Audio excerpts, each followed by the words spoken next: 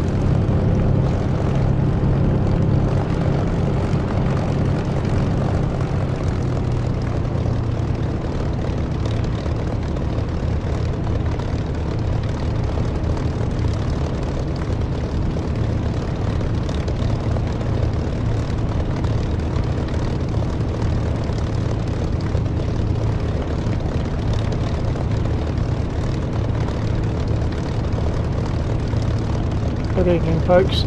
An impromptu sort of Sunday stream. A bit unusual, but just the way it's worked.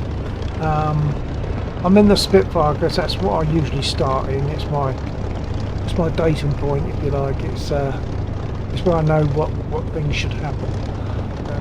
Just to check everything's okay in DCS, etc.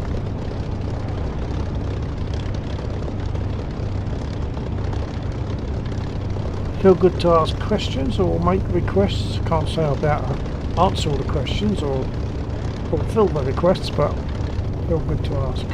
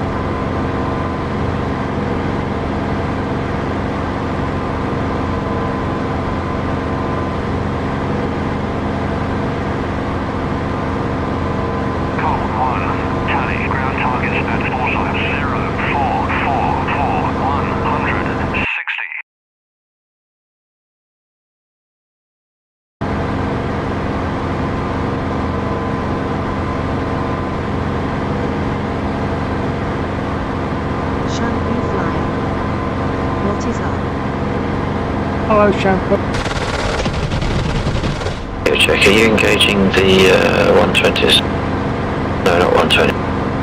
Yeah, I did, but the head on, so I don't think I got anything. Are you high or low? Stand by. Is that again? Are you high or low? I'm only at a couple of thousand feet. Yeah, that's probably you then.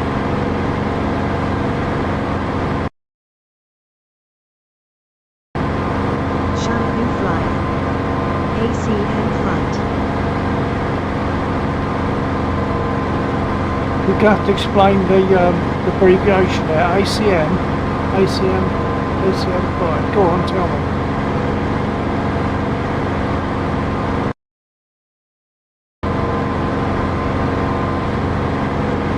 Shampoo flyer.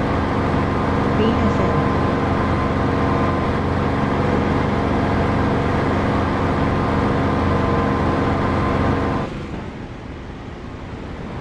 Look at my engine Shampoo now. 'Cause flyer. I'm not concentrating. I'm Basic going to fighter land. maneuvers. Okay. Basic flight manoeuvres. Yeah, what about 'em? Flyer. ACM is air combat maneuvers. Oh, okay, all right. Yeah, well, see, I'm terrible at all this. I'm really shallow. I'm sorry, Shampoo. I think I'm just going to nurse my engine home now because it's a bit hot. Shampoo flyer. All good.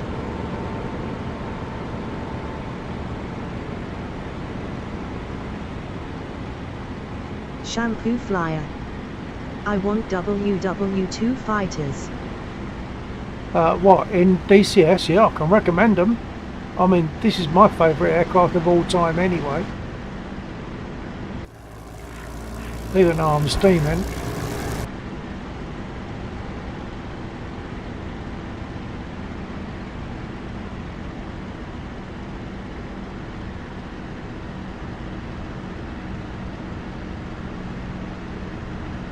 Throttle's right back, so I should be okay Shampoo to flyer. run up if needed. Not just DCS. I will take a free P51. Well, actually, there's a good point in this mission about the free P51, which is actually a TF51, isn't it? It's a training fighter. It has no guns, but in this mission, it is still useful because this mission is now set that there are many units on the ground which are not marked on the map, so you have to find them and then mark them, and then they appear on the map, and a TF51 can do that.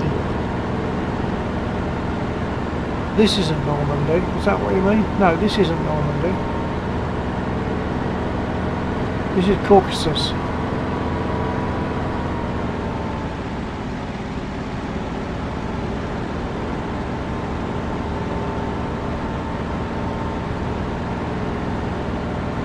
Shampoo flyer. Oh cool. But the thing is, a lot of people don't have Normandy. Shampoo flyer. WW2 pack included. Yeah. Well, I don't know about included. You have to. You need the World War II pack, I guess.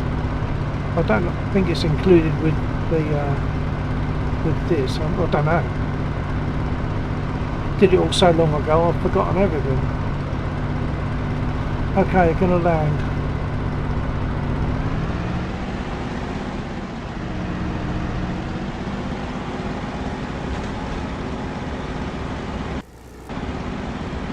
Shampoo flyer. Yeah, that is what I mean. You have to buy it for 15 quid. Yeah. Well worth it though, I think.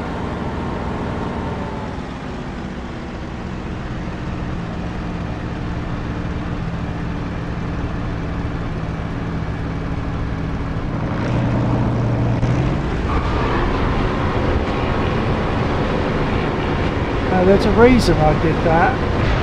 I don't mean I planned to do it.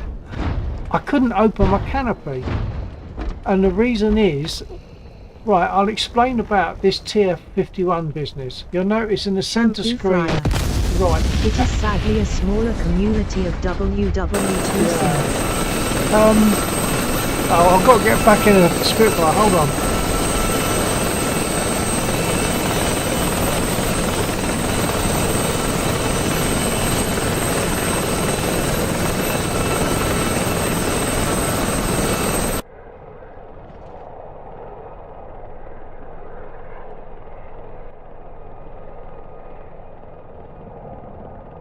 Right, now I can explain that with the TF51 it has a use, it has a function in this. Although it's got no guns, it can still have a function.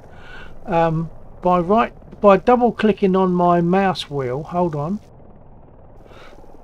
you'll see that I've now got a red sort of reticle somewhere near my prop. Now that is a marker sight. It always stays center screen, so it's uncomfortable to use. To get it where I want, I've got to move my head. But what we do is, if we find units on the ground that are shooting at us and not marked on the map, we place that reticle over the unit that's shooting, or in that vicinity, close vicinity. We left click and it marks it on the map. So now other people flying in the mission are able to see that there's a unit down there. They can see it on the map, whereas before they couldn't. So that's a useful function for the TF51.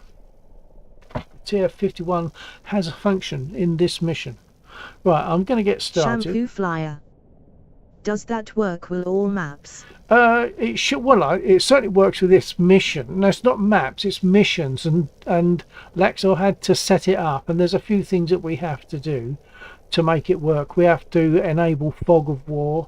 There's a couple of things that have to be done, and you have to map a button, or in this case it only works off the mouse. You can't make it work off something else.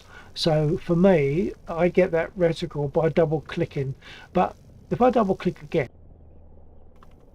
you'll see that my yellow cross comes back, so that I can now activate things in the cockpit. Now you can't use that red reticle whilst the yellow sight, or the yellow cross, is up. So I double click again. It gets rid of the yellow reticle, but now I can't open or close my canopy. So when I was coming into land just then, I wanted to open my canopy, couldn't open it, so I'm now trying to double click and get the yellow cross back. So you do have to make sure that you're disabling the not so much disabling the red reticle, but enabling the yellow cross again once you've marked units. I'm going to get started.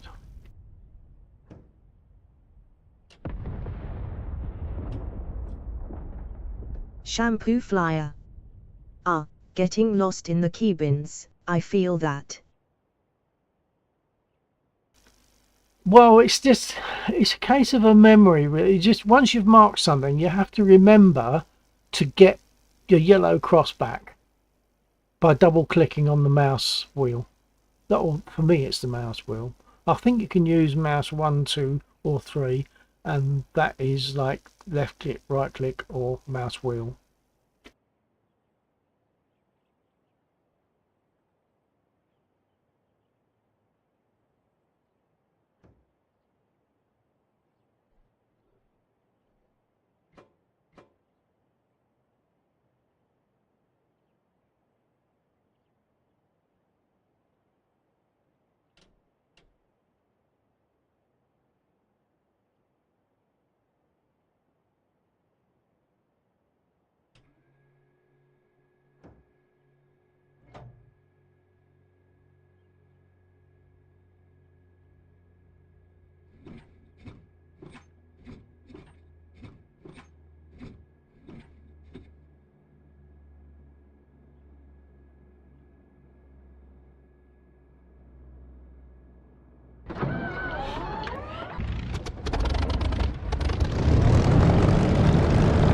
I'm using the engine sound for the Spitfire, produced by Echo 19. I think it's quite a lot better than the DCS sound. I suspect it's more accurate. It certainly sounds nicer. And things like when I come into land, as I get close to the runway, you hear the volume of the engine pick up because I'm getting reflected runway sound. So it gets a little bit louder as I get closer, with the canopy open of course, which you're supposed to have the canopy open to land. And that's why I crashed earlier on, because I wanted the canopy open but I couldn't get to it because I didn't have the yellow cross. I was trying to get that back, so I must remember, once I've marked something, double click until I get my yellow cross back. Right, let's get altimeter and trims sorted.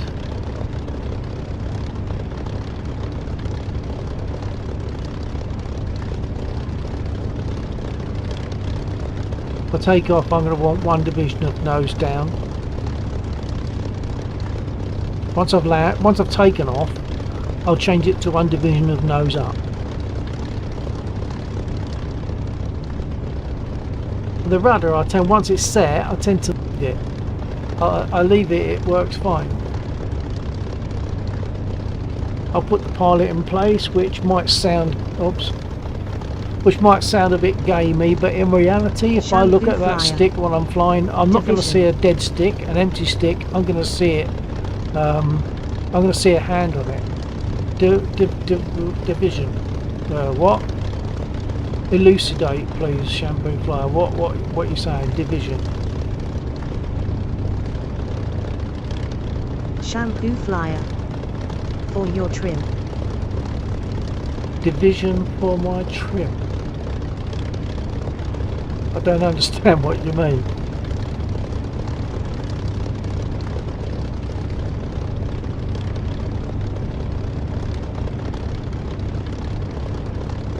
I just want my trim for takeoff was one division of nose down, and then once I get airborne, I set that to 1 division of nose up. Shampoo Flyer. Do you mean unit? Oh, you said 1 division down for takeoff. Division, right? Division. Yeah, 1 unit if you like. I mean, let's zoom in. Hold on. There we are. Look.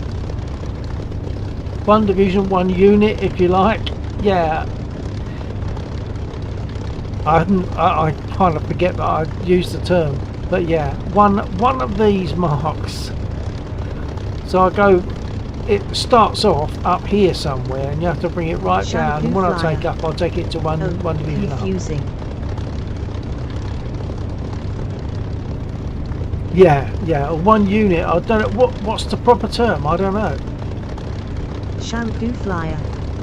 I would have called those ticks. Okay, I'll try to remember that, and I'll go with that. So 1 tick down, and then once I've taken off, I will change it to 1 tick up. 1 tick down, then 1 tick up.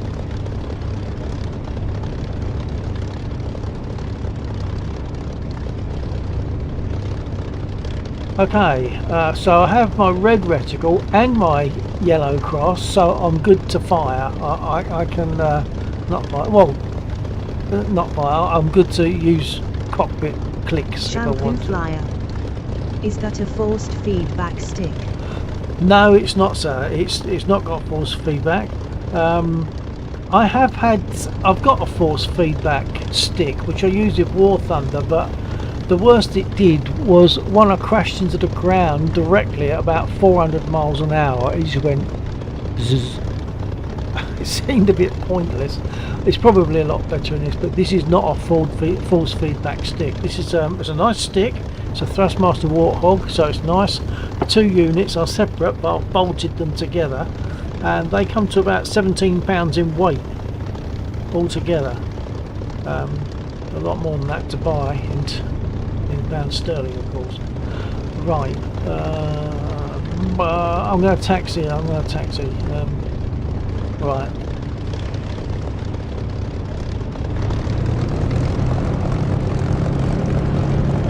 So like I said, this engine sound is from Echo 19. Highly recommended. Shampoo Flyer. I have heard that with the piston planes you could feel the contours, like when higher speeds it is harder to pull. Shampoo Flyer. So an add-on engine sound. Yes, it's an add-on engine sound.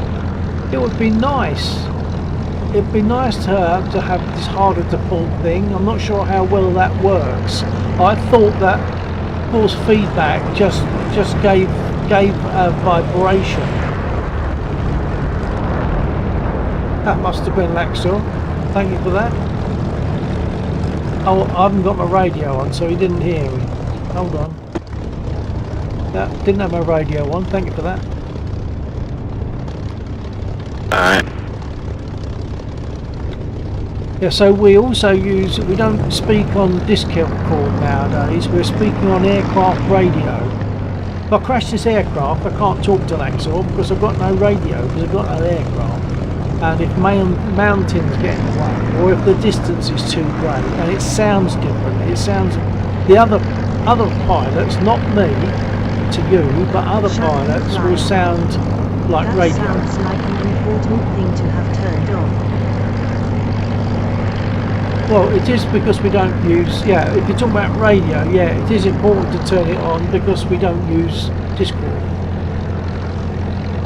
I am considering, talking about force feedback, I am considering getting, I can't even remember what it's called now, but it's like butt picker, it's a cover that you put on your seat and it's got 6 transducers,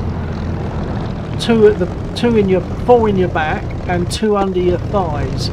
And apparently it's really good. People that have used it are saying like they wouldn't want to fly without it now because they get a feeling from it that's much more akin to flying. But they're not cheap.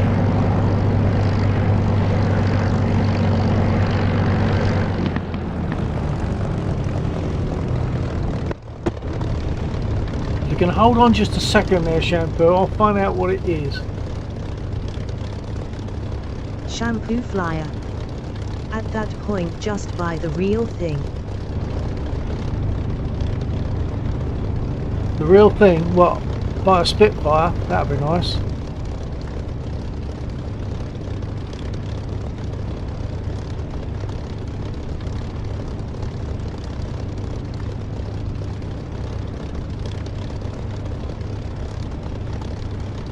I'm going to have to ask Laxor because I can't remember what it is. That Laxor, copy. Laxor, copy. Yep, check. What's the name of the thing that isn't a butt kicker but works like it that we were looking at? I can't remember what it's called. Can you remember? Give me 2 seconds.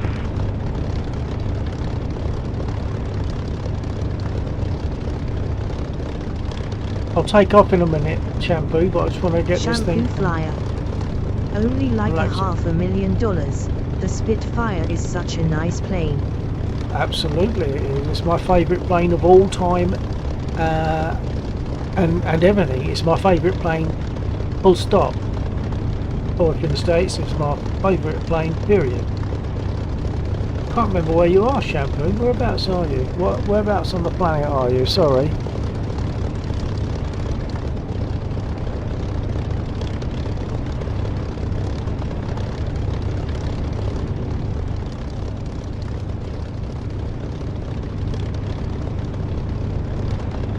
Shampoo flyer.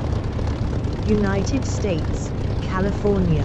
Oh, well, in that case, okay, California, okay. Well, in that case, I was probably right in your case to say the Spitfire is the best ever, period. And it will never be equalled because there'll be never a need for anything like it again.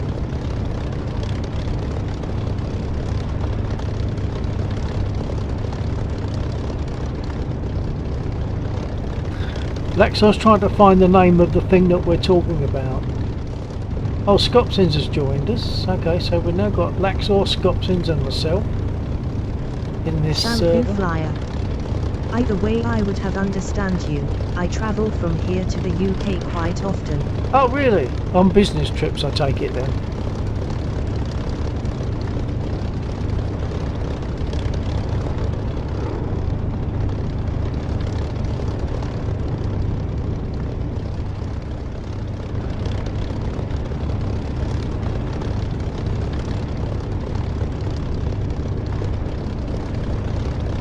Shampoo flyer. Actually for fun, or for family. Oh right, very nice too. Very nice too. Yeah, I figured that. I mean, I'm sure you'd understand my term full stop, but I was just trying to be, how can you put it, homely or whatever you might call it. Make you feel at home. Right, I'm going to take off. I better check now because I've been talking a lot. I tend to forget things when I talk, but I think I'm good.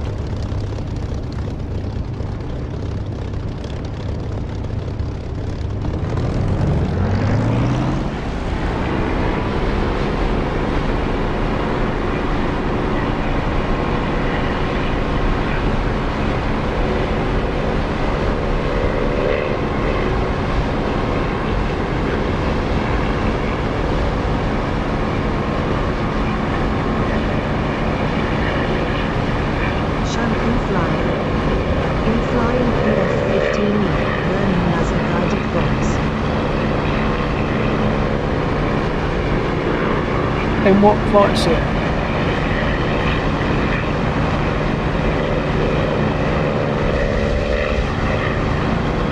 Yeah, listen. Oh, in DCS, jolly good. Yeah, listen to this engine. I'm going to close the canopy.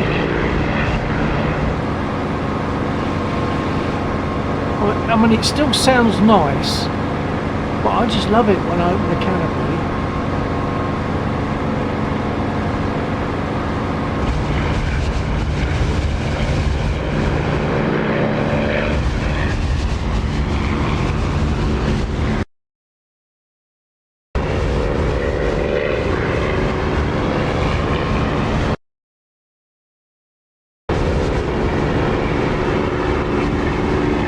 There's some units, there's a bridge down there, there's some units on the bridge. I am more impressed with the wind sound. Yeah, well you get that with the DCS version of the engine, etc. But I mean, it might not be as good, I don't know, but the engine sound itself, you get like, you can hear like a prop wash, like a phasing effect when you make turns and the engines, the prop is fighting the air. I'm going to close the canopy while I make my attack.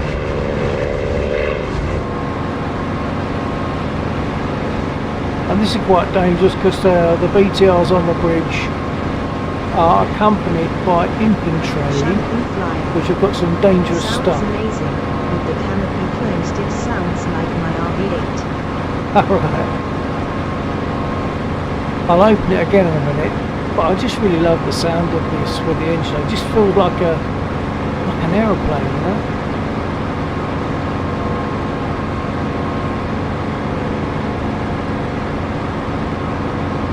Shampoo flyer. I wish I could own all 10.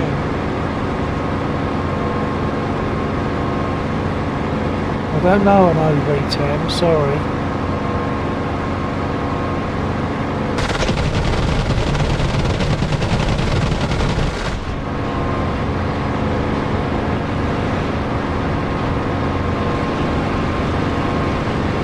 I think I've got 3 of those BTRs.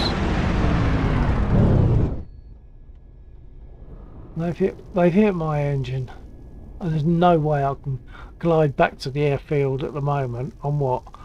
I'm a little over 1,000 feet. I might be lucky and land on the taxiway, but I don't think so. Twin engine. Twin boom stick prop fighter / bomber / firefighter. Oh right, I don't even know that one.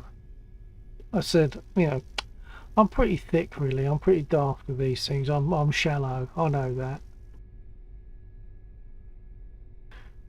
Right, I've only got 100 miles an hour airspeed, so I don't think I'm going to make it to the airfield, but I'll give it a try. If I can get close enough, they might keep my gear up with my cockpit and my canopy closed as long as possible, be as sleek as possible. Pull my prop pitch back, although it doesn't look any different on the graphics. Shampoo flyer. The closer, the better. I'm not going to make.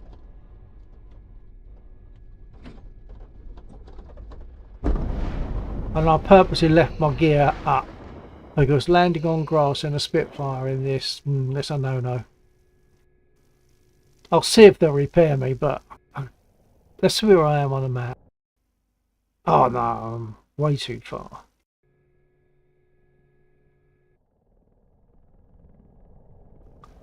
But that's definitely a walk away. I'm comfortable with that. Engine got shot up, but I came back.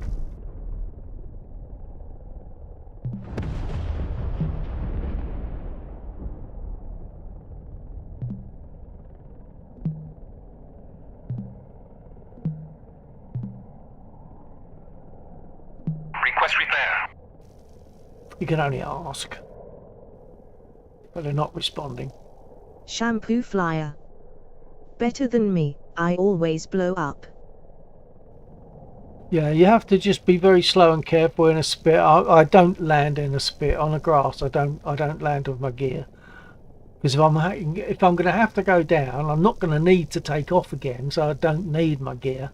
So I just cruise in as gently as possible and make as gentle a belly flop as I can, and that way I can walk away. Which I won't bother to do that at the moment, but I would be able to. I get a new aircraft. Got any preferences what aircraft I take?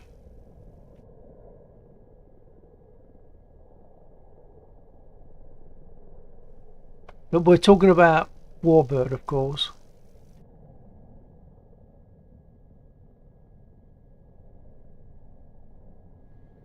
Shampoo flyer. I am liking the spit. Good man. Good man. That's the best answer. Thank you. I will jump in a spit then.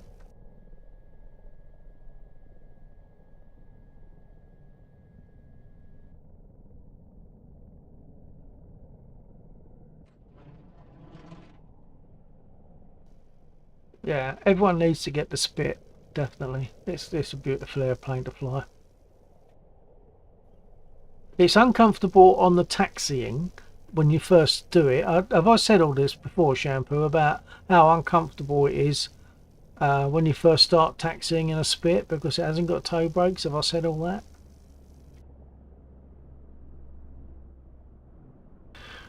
Better put my radio on. Shampoo flyer. No, but I assumed it would be. Well, the thing is, on the spit, like, let's go back to a P47 or a P51. When you tilt your foot forward on the rudder pedal, it tilts the rudder pedal Shampoo forward, and flyer. that's your braking. But imagine the F4U Corsair. That's probably got toe braking. I imagine they all have. The Spitfire and the Mosquito don't have. So what you have is that brake lever down the centre, which is, it's like a bike lever. In reality, if I squeeze the brake lever and then let go, it should fly back again, like a bike lever would if you just let go. In reality, I haven't got a spring on this where I'm pointing now, my slider. There's no spring on that. So I can put the brake on and let go, and the brake stays on. So that's kind of useful, but not very accurate in that sense. So to turn in a spit, what happens is if I want to turn left, I give it left rudder and apply some brake, and that puts braking on the left wheel. Turn right, right rudder, braking goes to the right wheel. In the neutral position, braking goes to both wheels. So you just slow down and stop. So it's most uncomfortable, and of course you want the right throttle setting. Shampoo flyer. The Corsair has that huge Rolls-Royce engine. Yeah, I mean, I don't know how that compares with the Spitfire. I imagine it's bigger because, of course, it's a bigger aircraft, isn't it?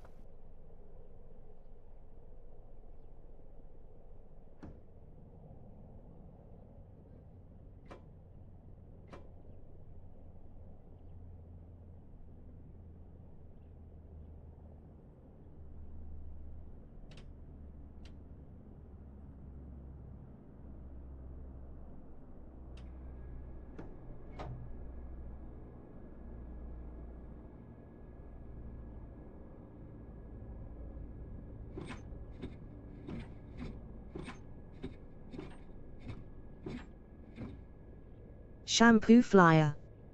Just stick your head out the side, maybe even drive through a drive-through at McDonald's.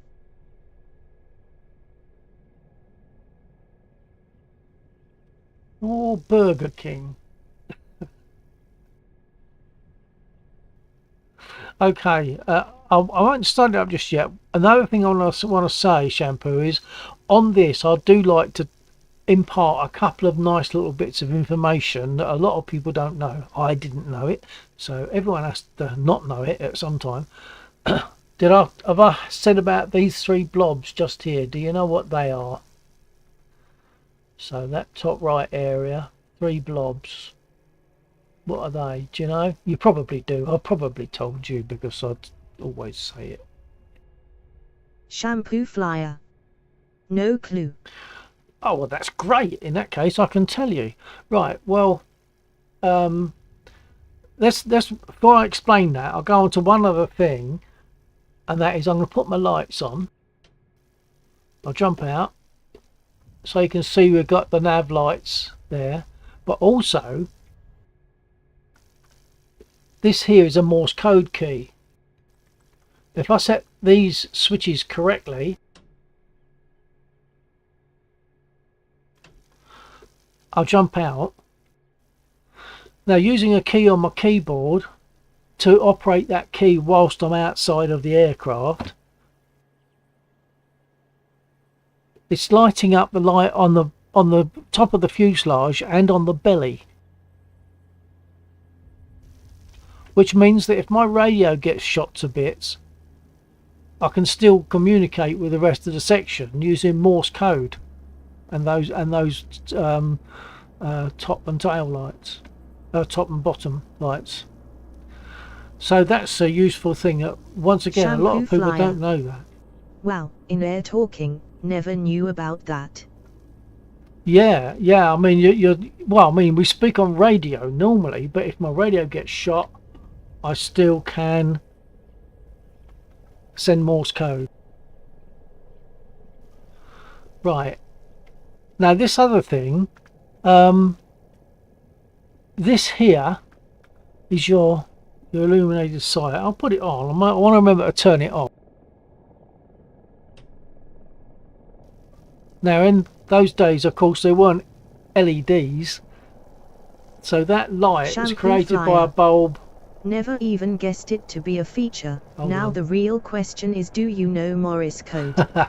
Morse code. I used to when I was an air cadet. I knew Morse code, but I've forgotten it all now. Just a few of the obvious ones.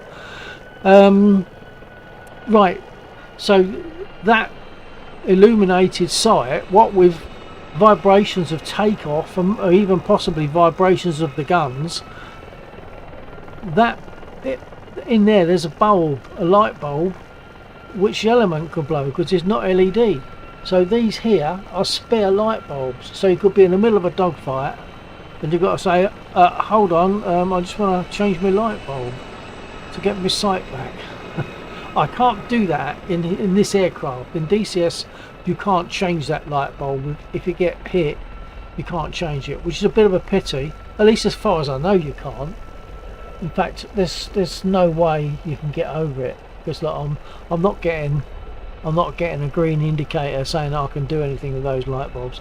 But that's what they're for. They're spare light bulbs for the illuminated sight. So this cable here feeds it. So you unplug this unit, pull it right out, change the light bulb, and plug it back in again. Shampoo flyer. In the middle of a fight, use the Morse code to tell them, hey, I can't kill you because my sight is out. Give me a few. Yeah, that's about it. Yeah, you could do that. Might be a bit of a giveaway though if they know you can't shoot at them very easily. Okay, so that's the external lights and the illuminated sight light bulbs covered, and I've already covered how we taxi, so I'll get started and get rolling. First thing I've got to do is make sure my brake is fully on, make sure my prop pitch is fully forward. and I'm going to also, I've already done it, throttle forward. No, I hadn't already done it. Throttle forward to operate a little switch under there that turns on the gear indicator light. So I've already done all the preliminaries. I can't remember if I primed it. If I did, we're going to get perhaps a bit of a flood, but I'll try priming Flyer. Giving me a full tutorial. Might go on Facebook Marketplace and pick up one of my own Spitfires. They've got Spitfires on Marketplace, have they? Oh. Okay.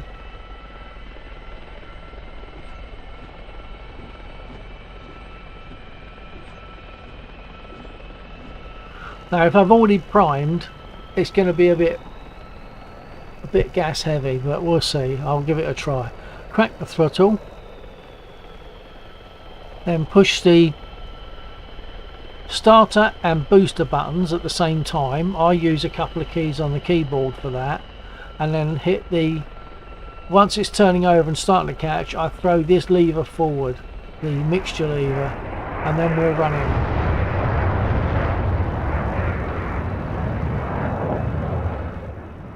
Okay, let's do that. Double check the brake is on, otherwise it'll just pull me forward.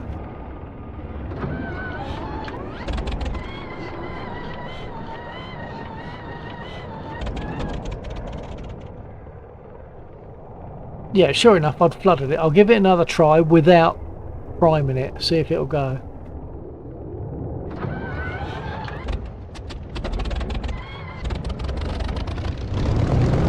Yes, so that had twice the amount of fuel for priming to what it should have had, because I primed it, forgot, and primed it again. So that's why we had all the flames and a difficult start up. And that's because I was talking. Right, adjust altimeter, adjust trims to one click down. No, one tick down, I think you said.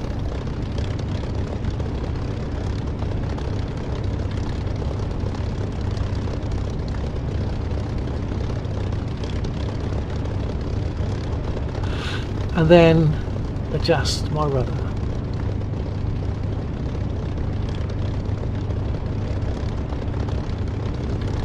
Okay, lights are on. Morse code is functioning if I need it. Not that I would use it, because I say I've forgotten it all anyway. Oh, Ocean 47, I don't know who that is. But they can't wait for the MiG-29 or MiG-23. Well, fair enough. Not my kind of aircraft, so I like these ones. But right, okay, brake off, now taxi. Well, I'll put the pilot in place.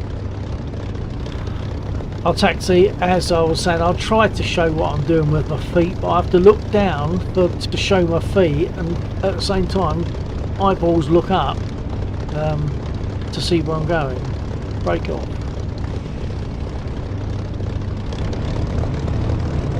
And I'll normally get to about 1300 revs or something like that for taxiing.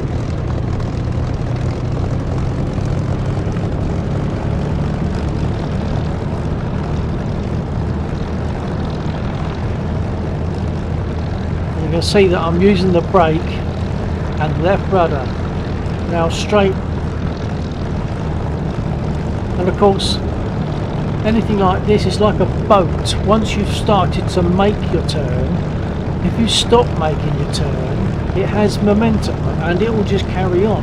So you then have to falsely go the other direction a bit early just to prevent it from carrying on.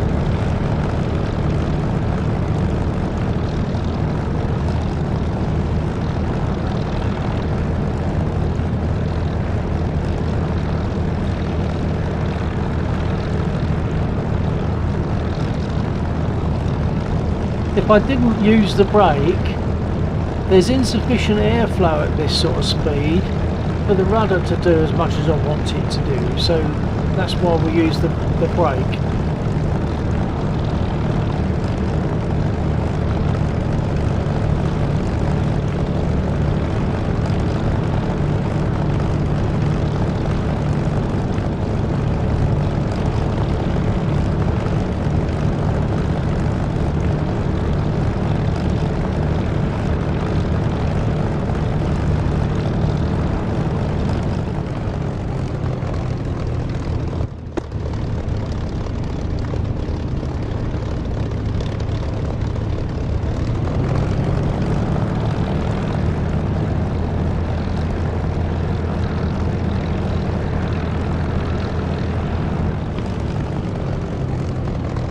Okay, quick check. Flaps are up. Trim is set. Both trims are set, and that's really all I need to do for this on this aircraft to take off, or to check the trims to take off. So here we go. To take off is stick fully back, full right aileron, throttle up, and then once I'm throttled up to about 8 boost, which will happen fairly quickly, I can then let this stick come back to normal. The nose will drop, and when I get to about 85-90 miles an hour, I'll rotate and lift off, and then I'll get up my gear up. And it's probably at the wrong time, I'm probably doing it too early, but I then like to trim the aircraft so I'm not permanently fighting the stick, because it's got nose down, so I'm fighting nose down. So I don't want to keep fighting that, so I tend to trim the aircraft for one tick of nose up. And once I've done that, I would want to set the RPM to I'll set the prop pitch to give an RPM of 2,700, just there. And once I've done that, I can close the canopy and put on my sight, which I've already done. I'll turn that off just so I'm doing it normally.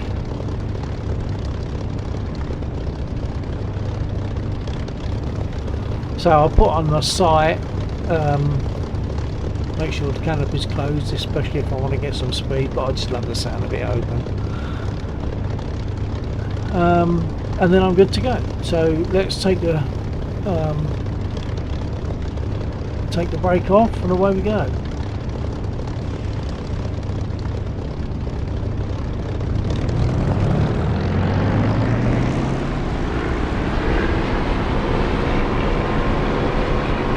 About 8 boost, stick forward.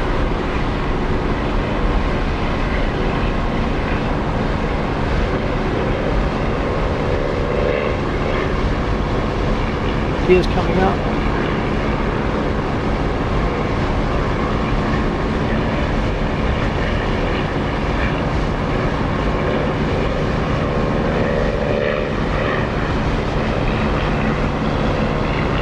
Trim's adjusted, set the prop pitch.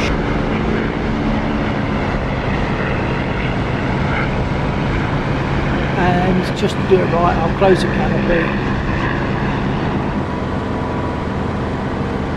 And now I'll put on my sight and make my guns ready.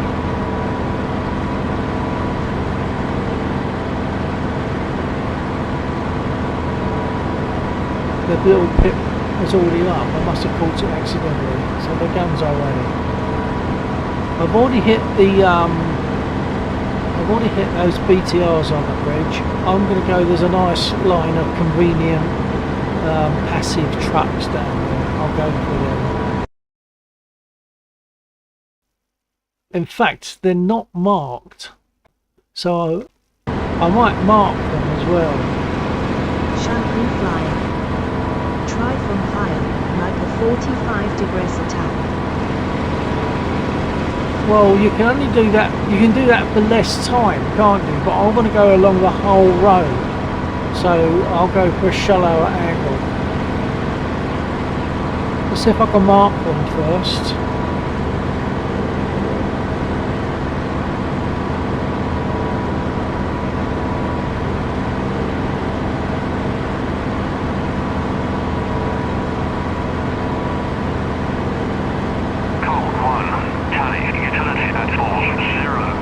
Right, that radio announcement says that I've marked them.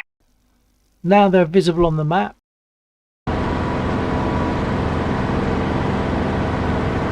Now I'll go and attack them.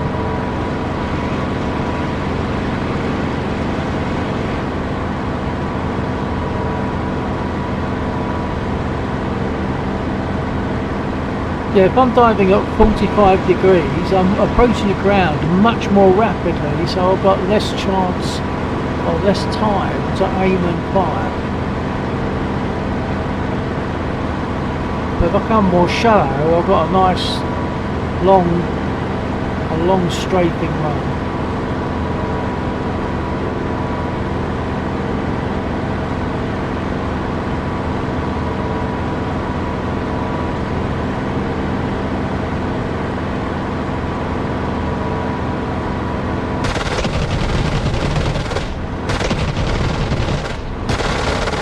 I made the mistake of touching my rudder. Once you do that, she jumps around a lot.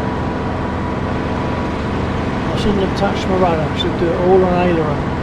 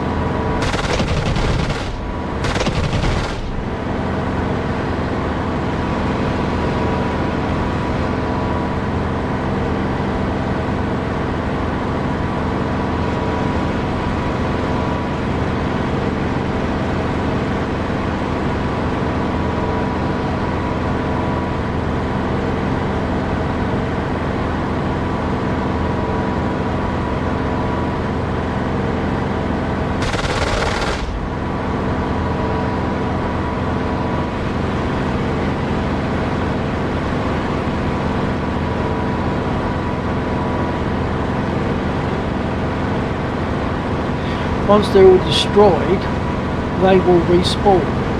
And once they're all destroyed and respawned, they need to be remarked. But you saw how the marking worked. I got the red reticle in that area, hit my mouse button and it marked them.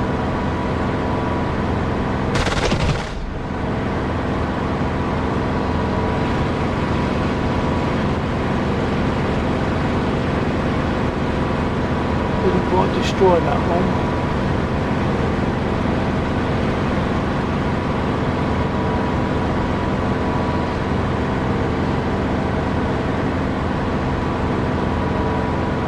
I come from this angle and I couldn't see it. When I come from the other angle I can see it. Light conditions, I suppose.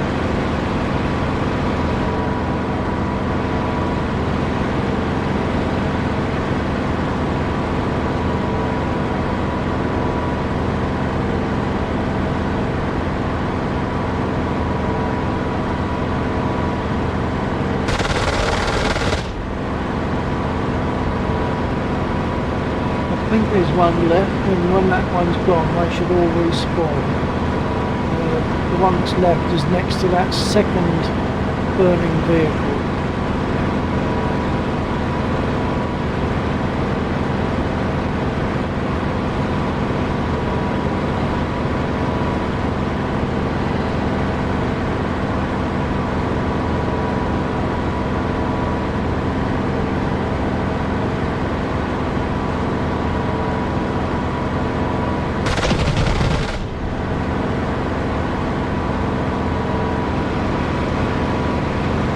Yeah, they've all respawned now. But they're probably not marked, well they shouldn't be marked on the map, because look. No, behind me, there I am, that white blob. It's all clear, they're gone. I've got to remark them now.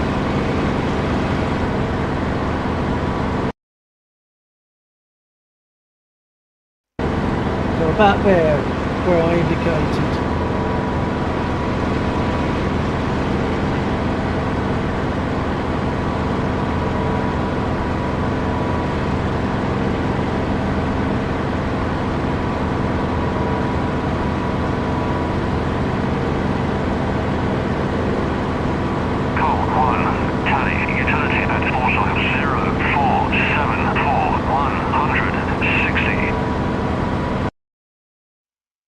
So there we are, it's marked a few, it's marked more than one, but not all of them, but at least it's marked a position.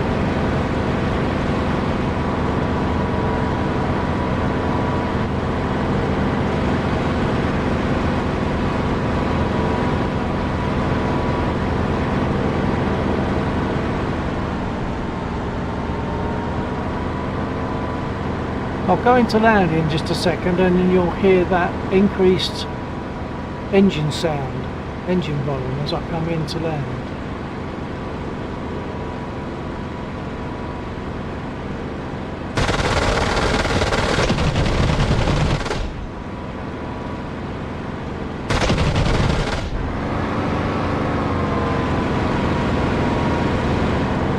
Okay, I'll go into land.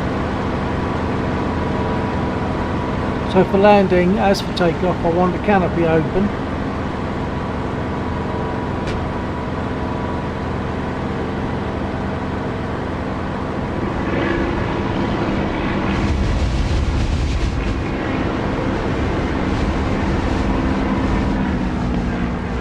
I'll put the gear down at about 140. There's the airspeed indicator.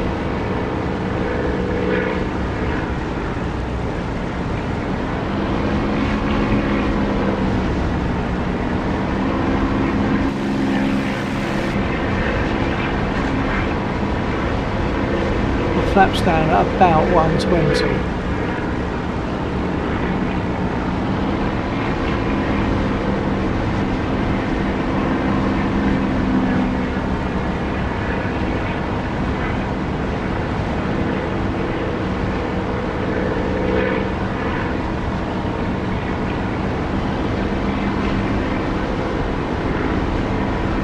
Going into land from the west.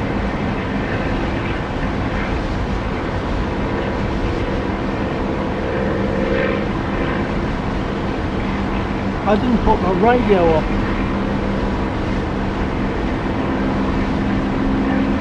I got to put my radio on, but coming in above the airfield now from the west for landing. Roger that. And that's the thing about when I talk through stuff. It's nice to talk through it, but I tend to forget to do things like turn my radio on.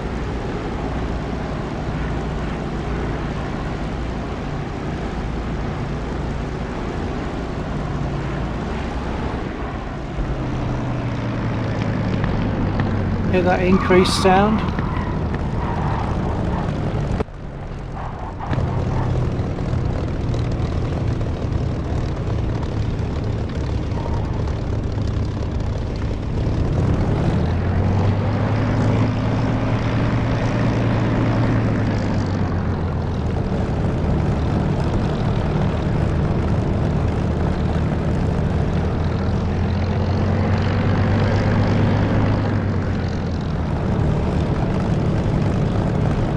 I'll at least get rearmed, but I'll inspect, possibly get repaired.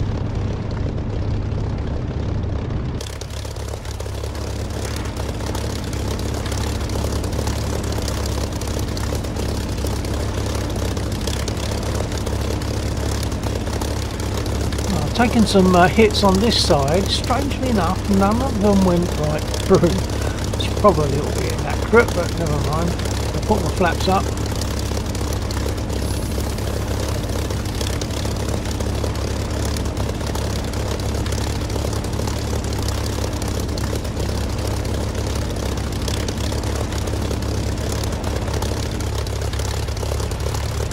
No leakage. Tyres seem okay.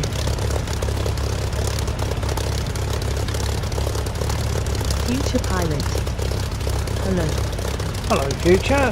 Nice to have you back. I'll get rearmed anyway.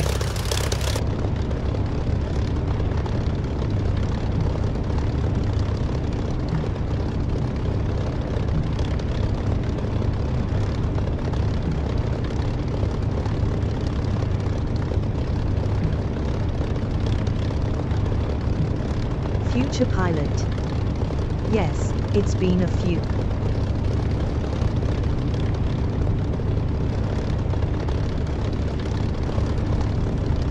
If you fancy a different aircraft at any point, either Future or Shampoo, let me know. I'm talking Warbird really. I mean, I've only, in terms of non-Warbird, all I've got is the Harrier and the A10.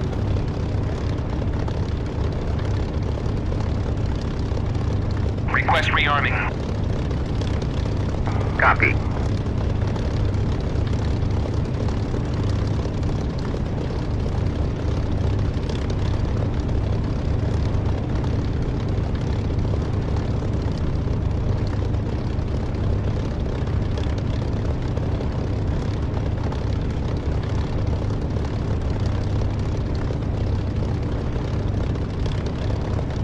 So as you saw there, Shampoo, we use our aircraft radio. Laxel couldn't hear me at all because I hadn't turned onto the appropriate channel. Channel A in this case, which is 124 hertz.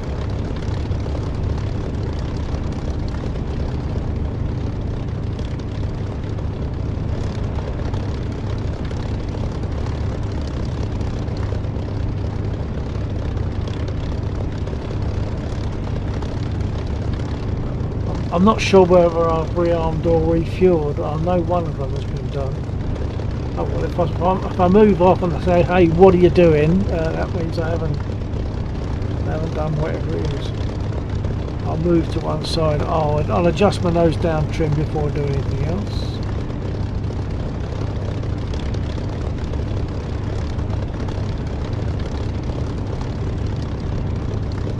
Well, actually, what I might do is take a quick comfort break before I do anything else.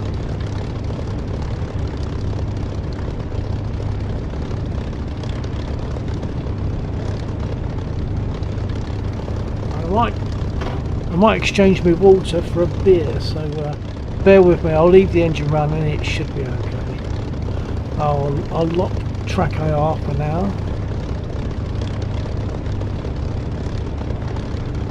And I'll be back soon.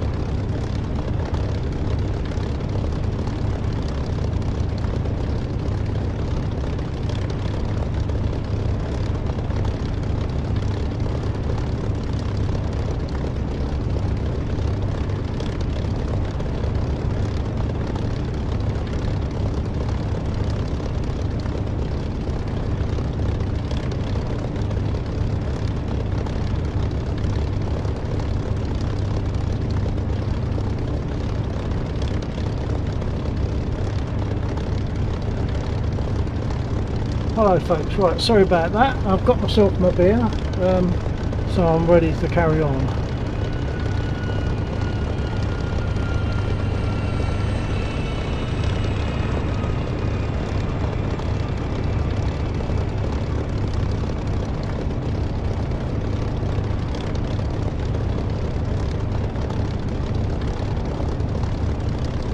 Right, just sorting out a couple of windows. Unfreeze my track IR. Let's look at the map.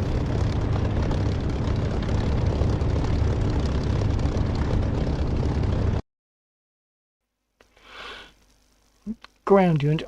We got this. This convoy here is dangerous. But I might take off and have a go at them. You've got to kind of weave on your way in because they will be shooting at you all the time.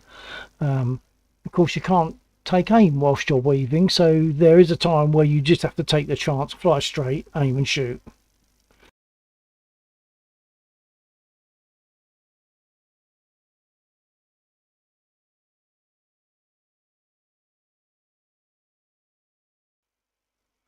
So we've got all those BTRs there.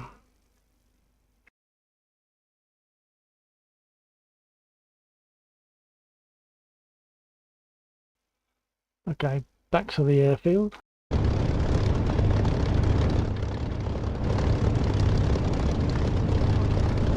I've set my nose down trim, the flaps are up, ready to roll, brake off.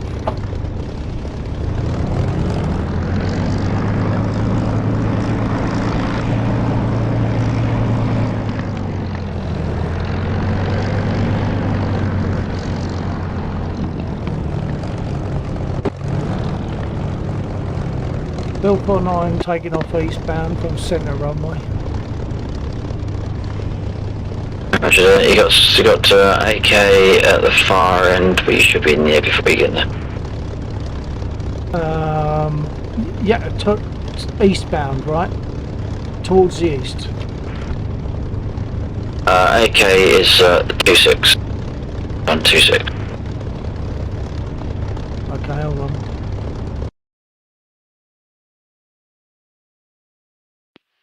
You're at the west end of the runway, you're on 06, I think. I'm in centre runway. Centre runway, gonna fly east. Oh, and that hasn't been marked, has it? So what? The AK that you said hasn't been marked. So if you're talking about something to the east of the airfield. No, negative. You got AK-47-9 sitting on the runway 26.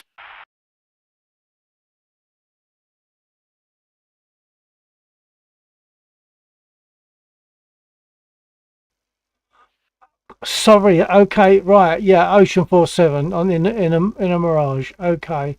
Is he? Do we know if he wants to take off? Has he got radio? No, he was having issue bringing up the in-games radio comms. I think he's looking at bindings at the moment. I think you're clear to take off. Okay, I'll go quickly then. Just notice Warhawk go skidding by there.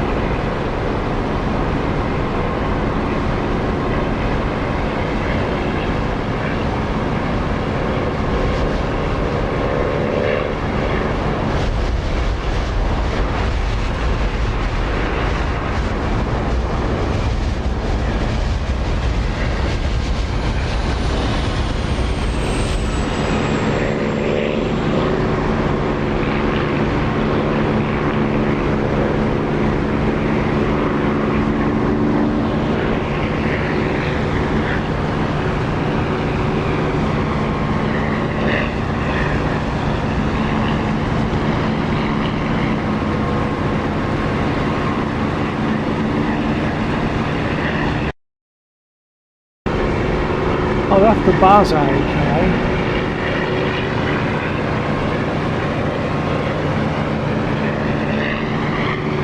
Oh, he's taking off. I won't buzz him. But yeah, you might have to pick up a little bit of speed to do that.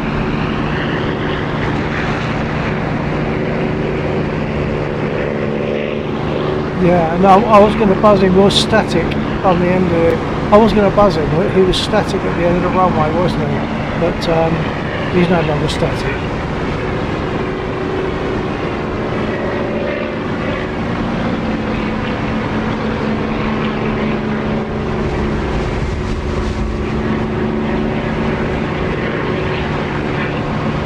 Going for the convoy.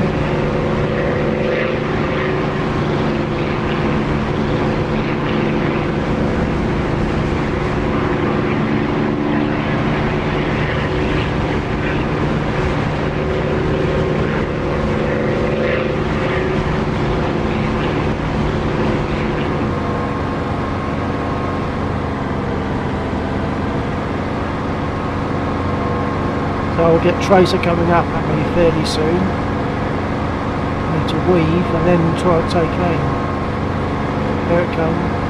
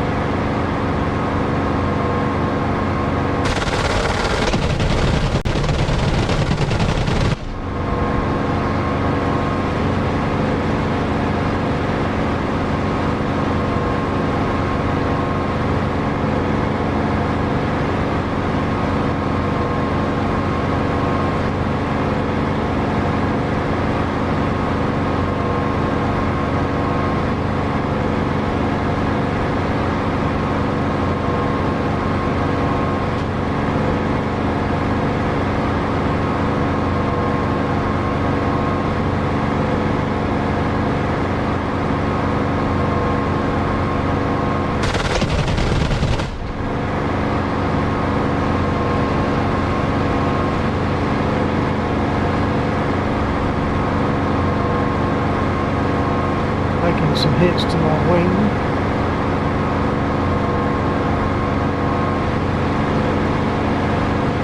Oh, and my engine's not happy.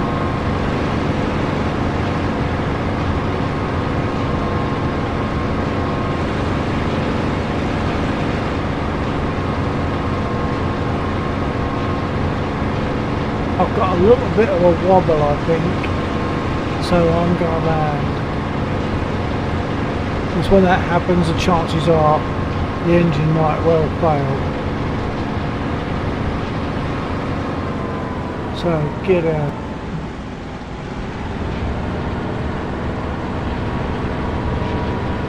Flaps down.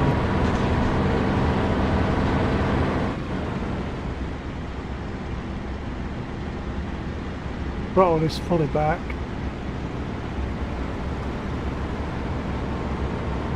Landing from the west, bit of an emergency.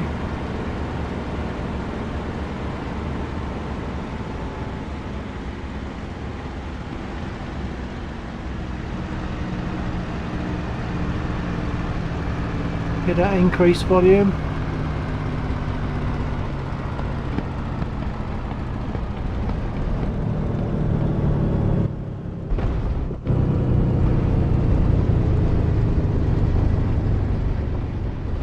I think they've hit my starboard tyre. I'm listing, so they probably hit. That's probably going to be a flat tyre. I'll move off the centre runway. I think I need repair generally because the engine doesn't kind of sound quite right. So.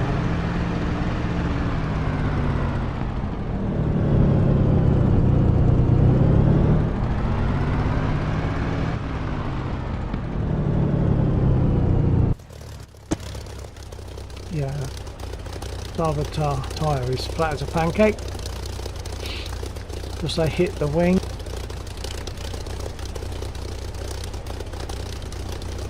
So some underneath has gone straight through the tyre. Naughty boy, I forgot to open my canopy before I landed. Time triple A at all center 460.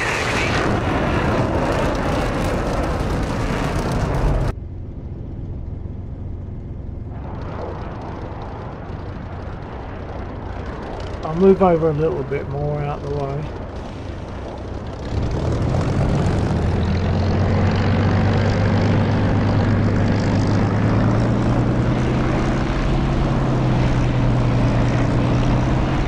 I'm now fighting a flat tyre.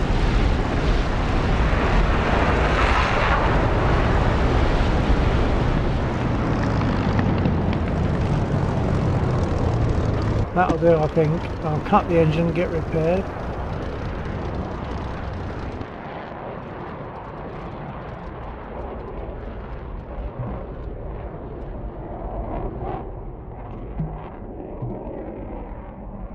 Request repair. Copy.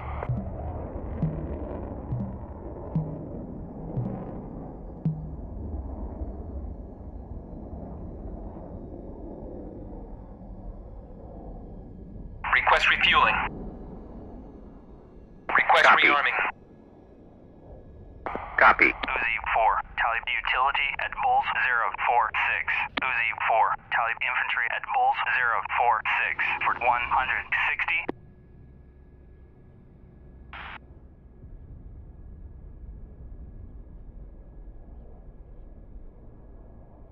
Refueling complete.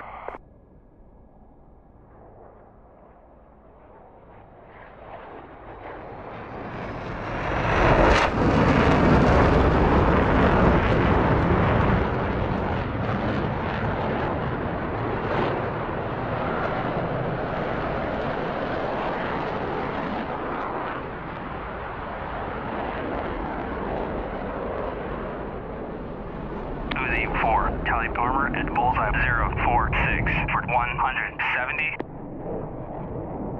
Rearming complete.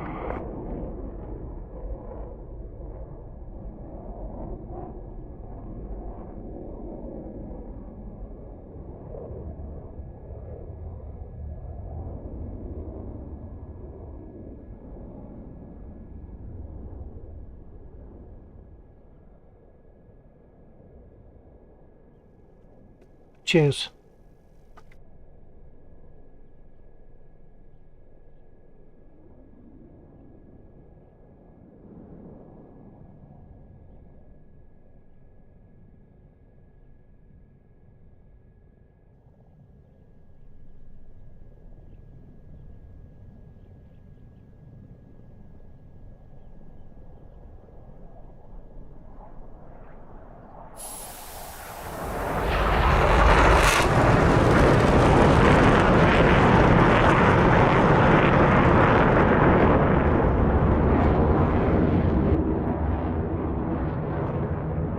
Set my trim ready for takeoff.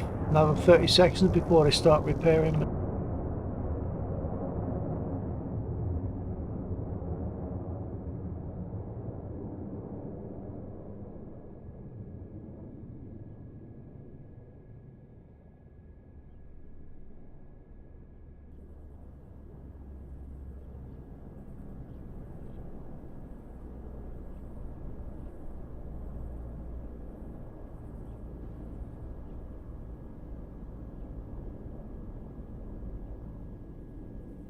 Up on the ramps. Got some bullet holes in my prop. I did have, it's just gone. All damage has been repaired. I didn't have any leaks.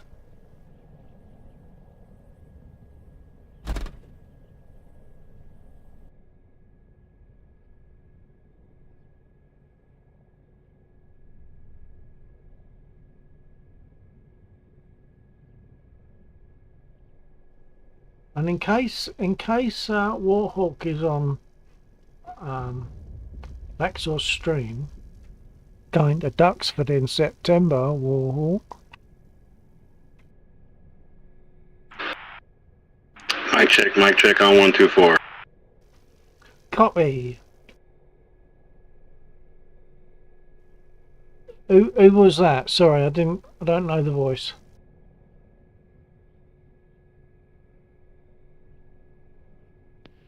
It's okay. This is AK-47. Oh, okay. Fine. Hello, AK. I don't think I've heard your voice before that I can consciously remember anyway. I suppose one of us, a few of us in, we probably need to announce ourselves who we are at the beginning of a message. I suppose. A lot of the time it doesn't matter.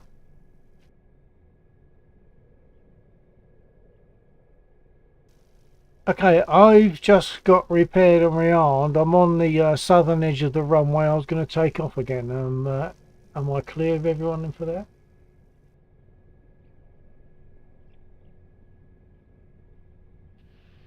Probably, I think so. Copy that.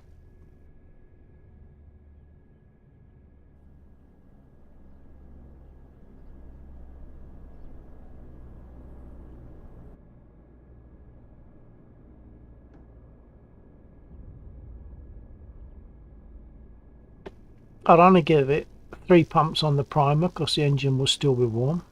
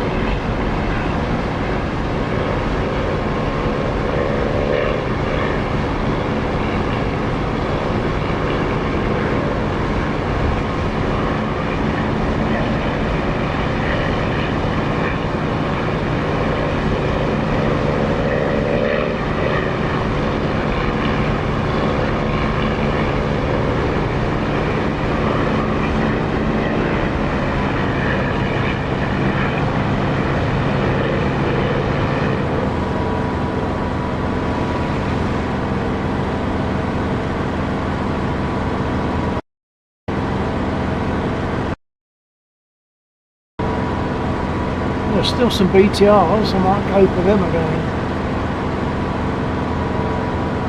But, as I say, they are a bit dangerous.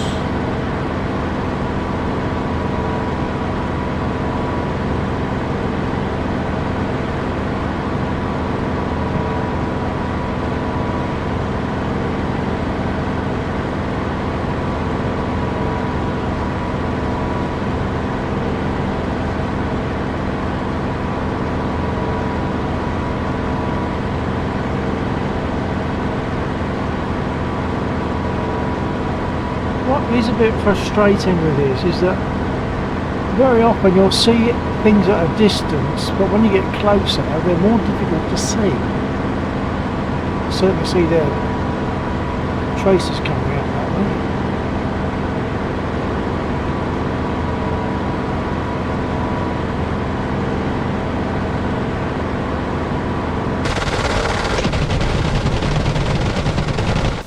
Oh, too low, too low. I think a couple with me.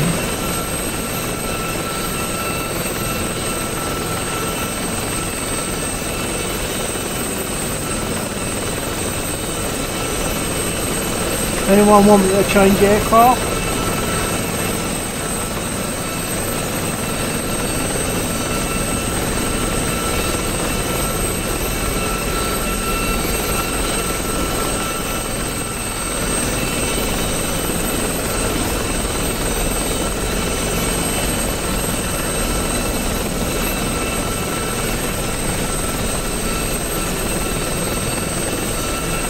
I'm guessing that's Laxor in the chopper.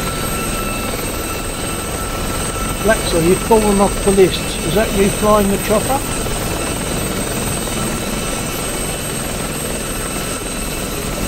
Oh, of course I can't speak to him because I haven't got a radio because my aircraft is dead. I think that must be Laxor. The only way I can speak to them now will be to get on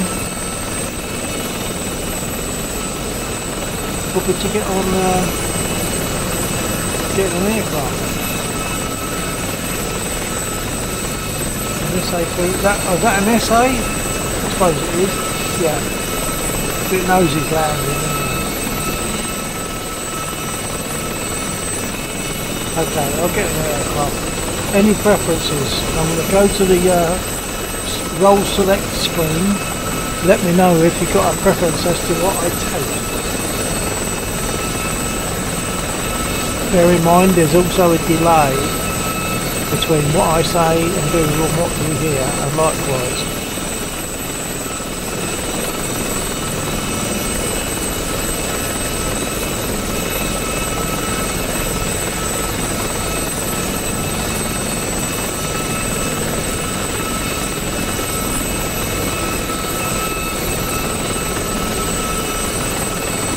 So I've selected, but I've not spawned in.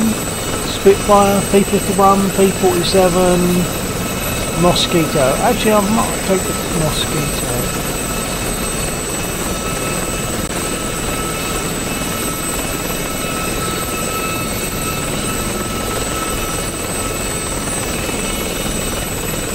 I'm not getting any preferences, so I'll take the Mosquito.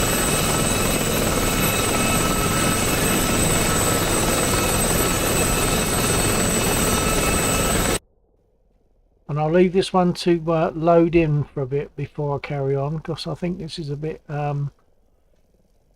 resource intensive, this aircraft.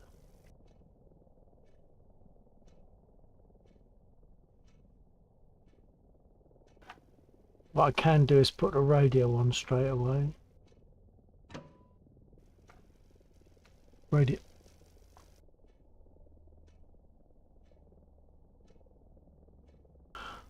And before I can speak on the radio properly, I can speak on intercom, but to speak to the other guys on actual radio, I've got to put some power on. So now I should be able to speak to Laxor just to get a radio check, or anyone just to get a radio check. Bill 49 radio check. Picture. Thank you.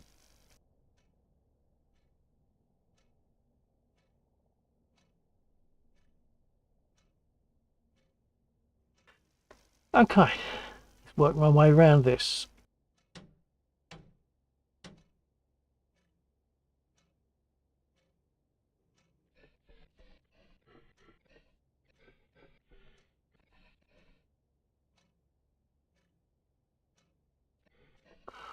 This area up here is rather dark and difficult to see. I think they need to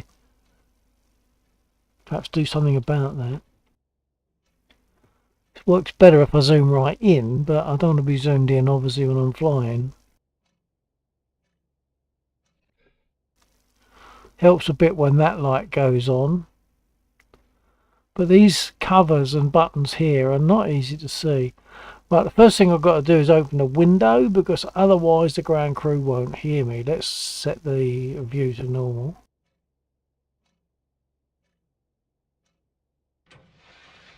Otherwise you talk to the ground crew and they can't hear you.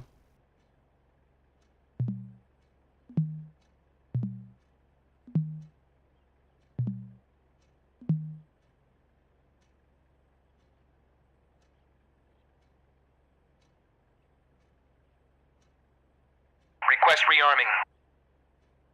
Arco Copy. 1, passing waypoint 1 at 16,000.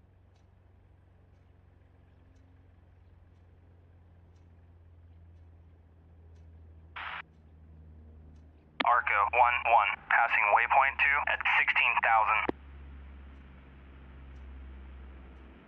Arco 1, on station at Bulls 046 for 160 at 16,000.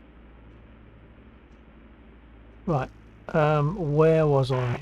Right, it's on. Yeah, okay. Rearming complete. I can't start the engines until they've been primed, and I have to ask for that to be done. So I'll do that now.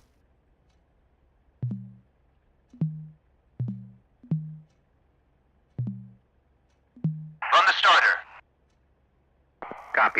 Okay, I can now put magnetos on if I want to. I'm not quite ready. I can put the magnetos on and start the engines, but let's put some switches up first.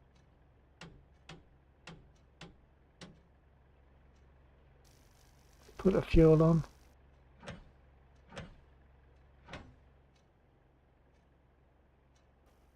Actually, I might have needed to do that before. Let's see if it works. It could be that they couldn't prime the engines if the fuel wasn't on. So if it doesn't start, that'll be why.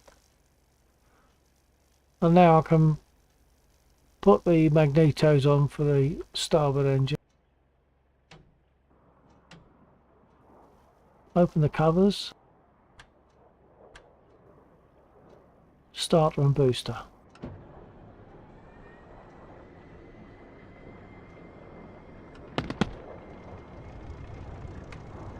Well, that worked okay. Port engine.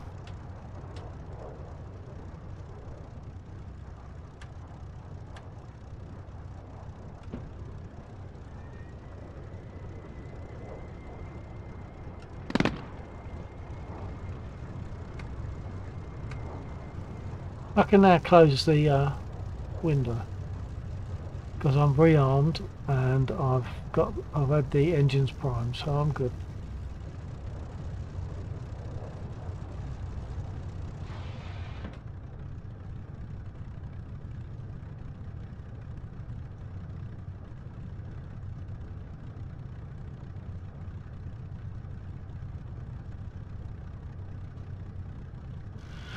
So it looks as though Scopsons and Warhawk were possibly going to get into a dogfight, maybe.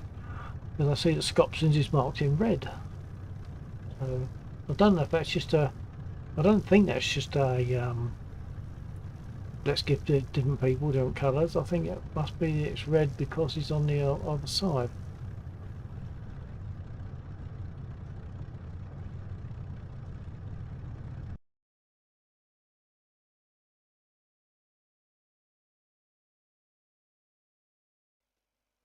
I'll see if I can find him and then we'll know.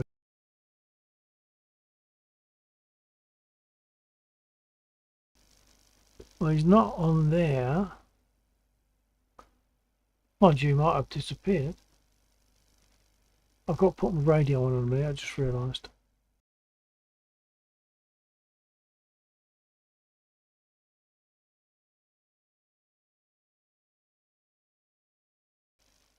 No, I don't know where Scopsons is.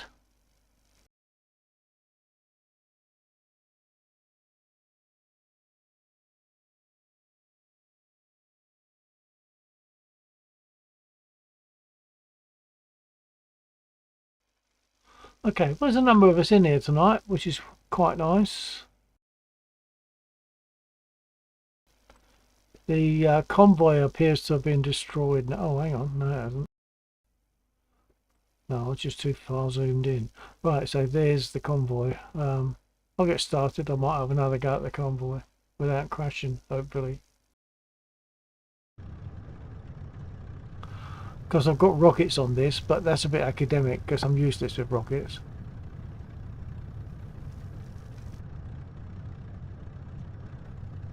Right, brake on. I should have put the brake on to start with, and I should have made sure the prop pitch was fully fine before I started. Altimeter.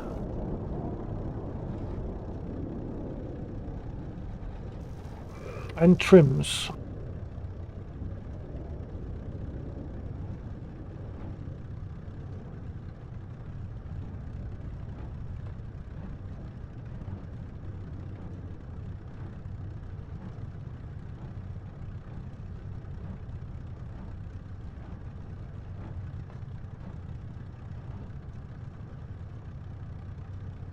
I was just reading those captions on the left, and it says Scopson's red player. So yeah, Scopson's is on the other side.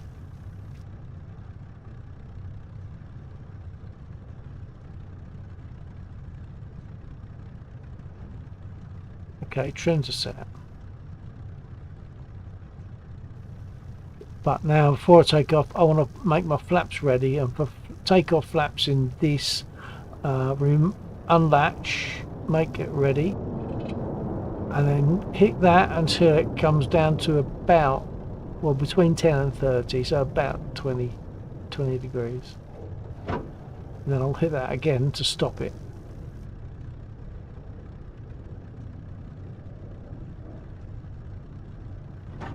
Okay, I'm also going to make my guns ready, because I forget when I get close to target. I'll fire my guns, go to fire my guns, and nothing happens. Likewise rockets. Okay, so guns and rockets are ready. What target will I choose? Oh yeah, I was going to go for the convoy. Yeah, okay, I've committed myself now, haven't I? So here I go.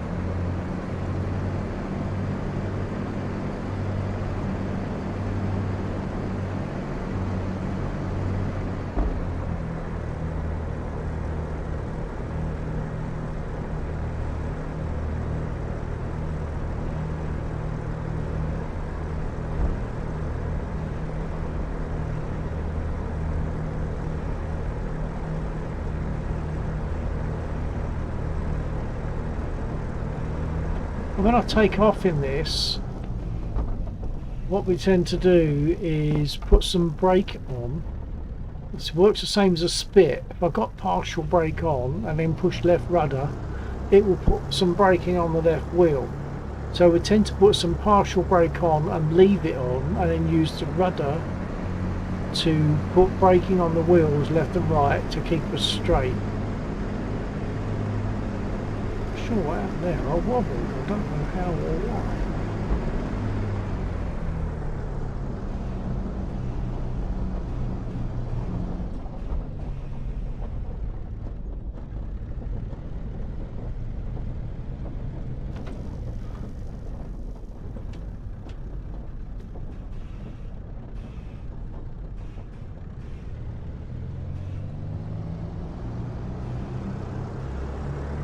Yeah, so we power along a runway with using the brake. When the nose starts to come down, we can stop using the brake and use the stick in the normal way, stick and rudder in the normal way for takeoff.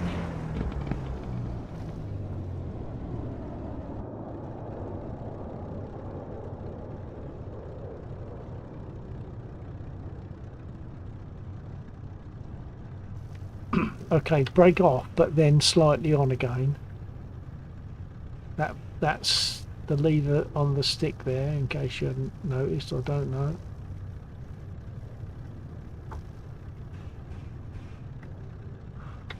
And then throttle up. Applying some brake and using rudder.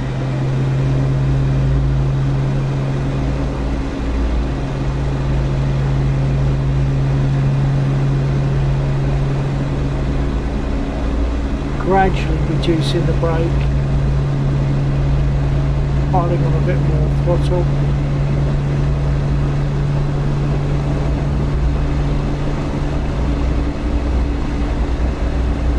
Brake is only slightly on now. Nose has dropped, brake fully off, we're on the stick and throttle now.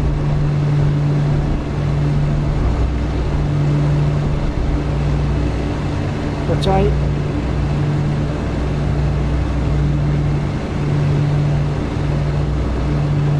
Gear up. Remove the flaps.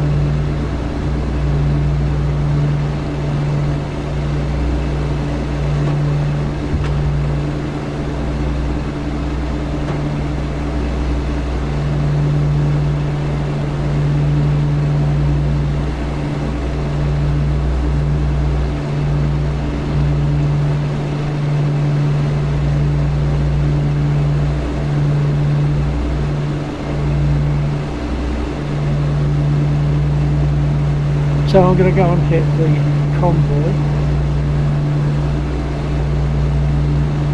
Hopefully return.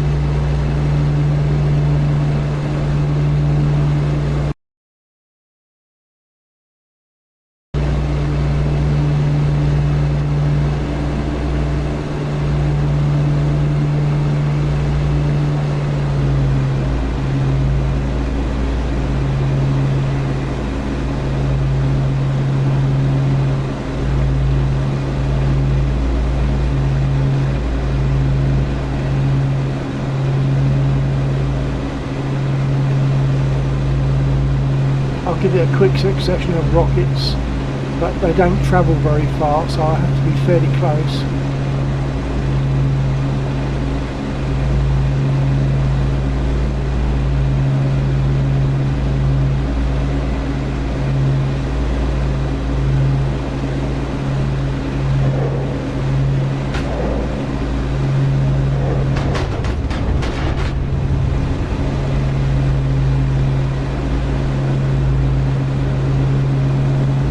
That's all the rockets expended, and I've taken damage, of course.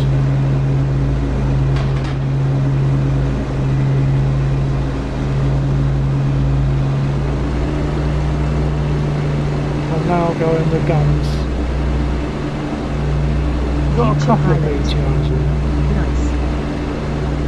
Yeah, not bad, but I am pretty bad with rockets. That should have been better. I'm just bad with rockets. I'll go in with guns now.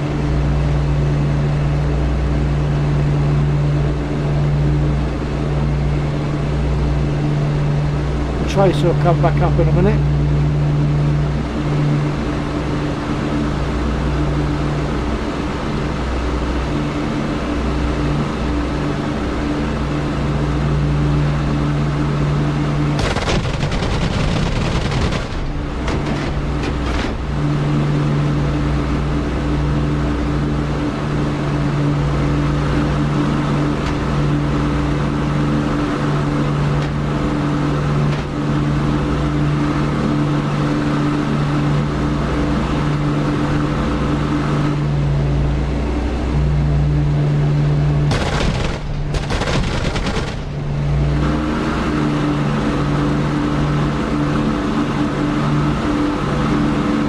I'm venting, so I'm going to return. I love the sound of those guns. Yeah, they're good. Bill 49 RTB coming in from the west.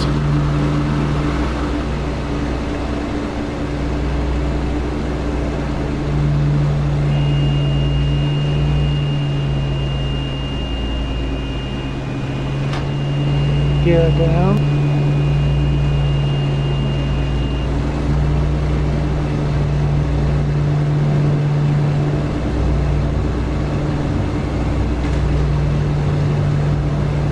Flaps. I've got to unlatch the flaps and put them down.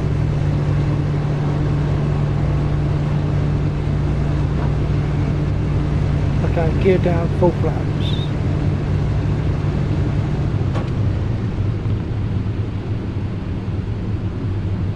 Shampoo flyer. Can confirm, NASA's are hard.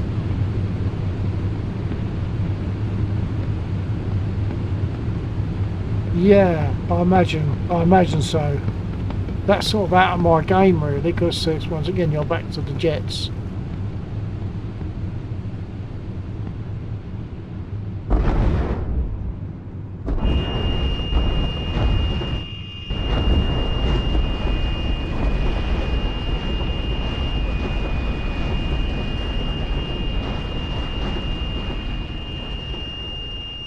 Yeah, I don't think that was just my bad landing. I think the gear was damaged.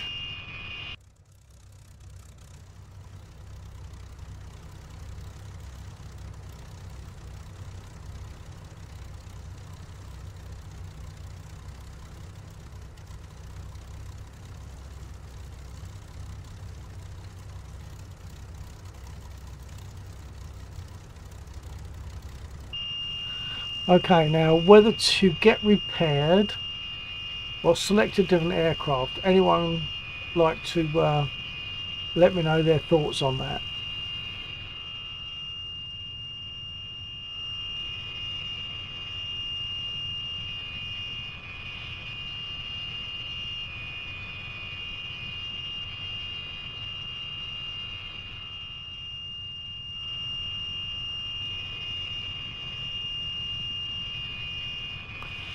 Actually, I suppose I could take a P-51 with a bunch of rockets. I'm a little bit better with that, with them. I'm still bad at rockets, but it's just different. Rather than wait 3 minutes for getting repair, I might as well do that.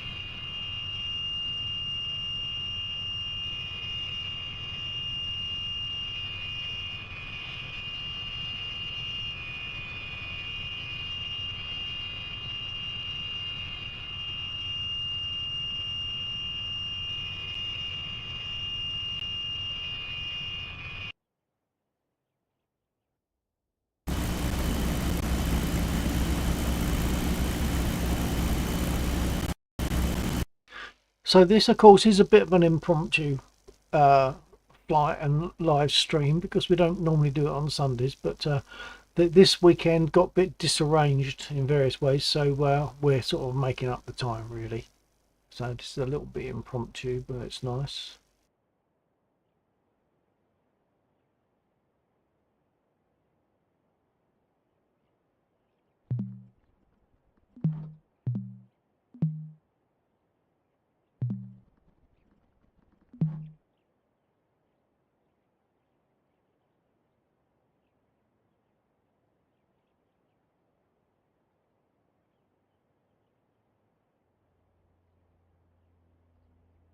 Request rearming. Copy.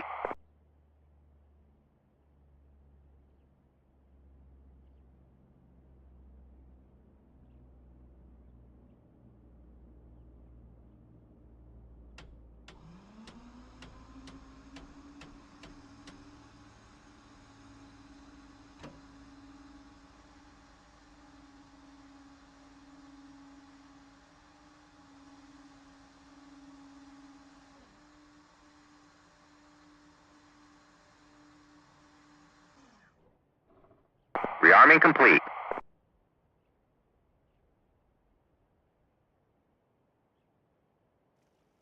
I don't fly these very often, so I'm having to think Loud about and it. clear 124. Check.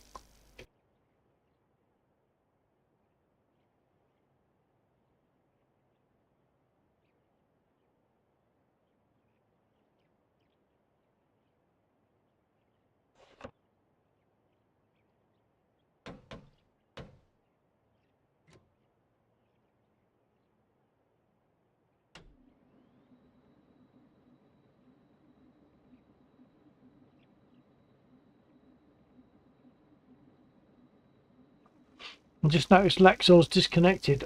Either he's having a fold there because of the time, or it could be DCS's crash. He's had a little bit of that just lately.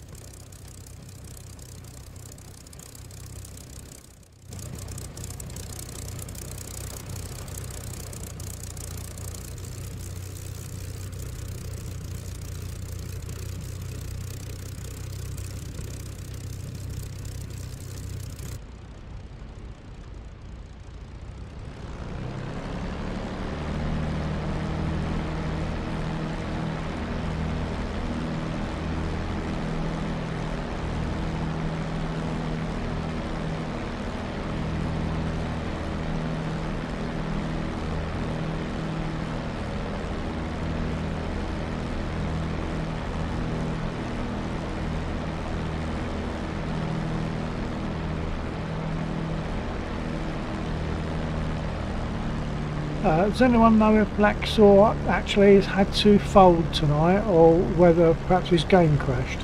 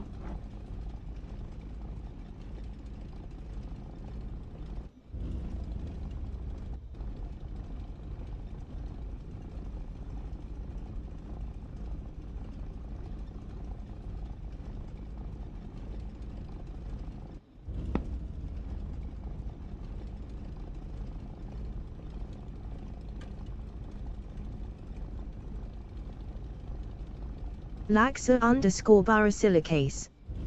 Raiding. Raiding, okay. Did you have a game crash, or did you have to fold? I noticed that you had disconnected.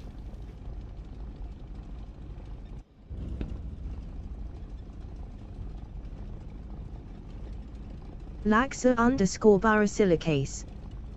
DCS crashed on me and no tenor time to get back in. Yeah, copy that, okay.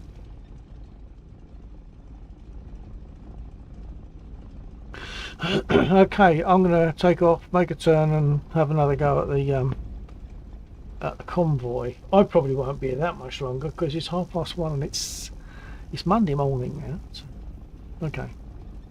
Laxa_barasilicase. Thanks for the server, hope all went well. Yeah, it's all been fine. Yeah, I haven't had any. I don't think I've had any glitches at all, so that's good.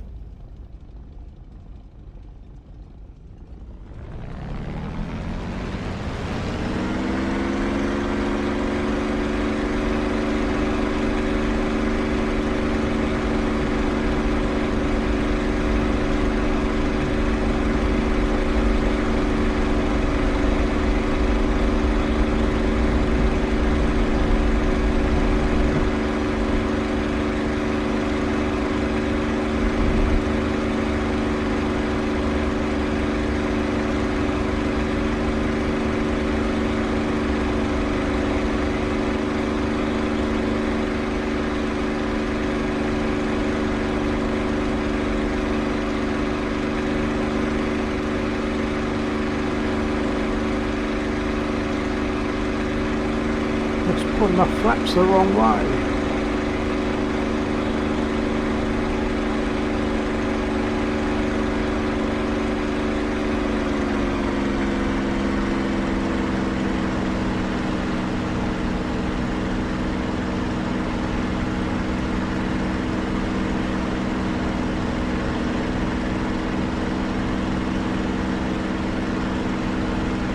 Laxo_barasilicase. Okay, I better run. Take care and fly again Friday. Yep, Friday's good. Yeah, catch you then. Alright, yeah, you take care. Catch you Friday.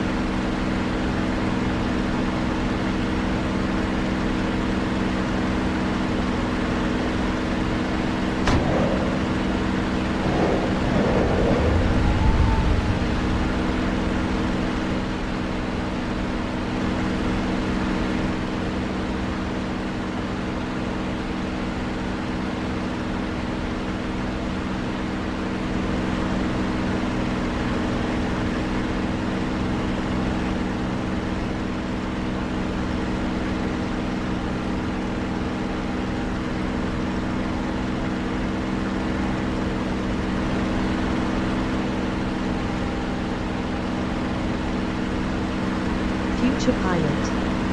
I also think I must go now. Catch you later. Yeah, copy that, Future. Well, it looks as though I'm a goner as well, so thanks for being there. Nice that you joined us. Catch you maybe next Friday when we fly next. I think my engine's had it. Yeah, it's not doing anything.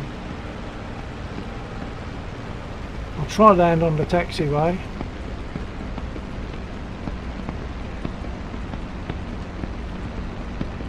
Future pilot. Yes, I'll try to make it there.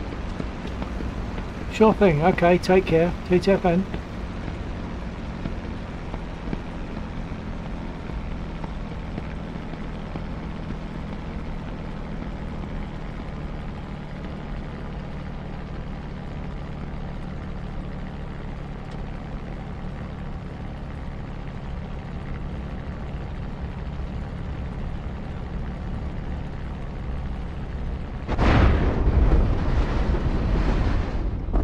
Oh, just out of interest, will they repair me?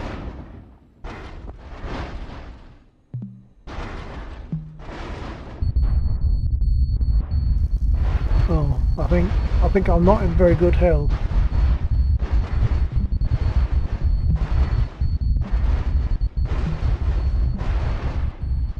Request repair. Copy. Blimey, they're going to repair me. That's incredible, they're going to repair me. I mean, I'm in a bit of a mess.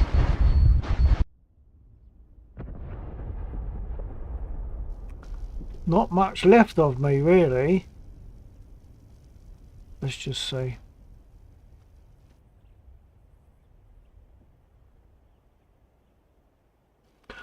Oh, blimey, and just...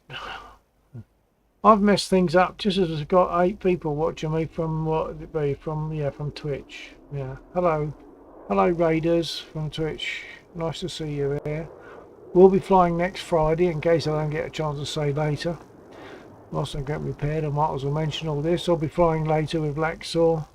Tonight I've had a few different people in, and hopefully we'll have another few different people in next week.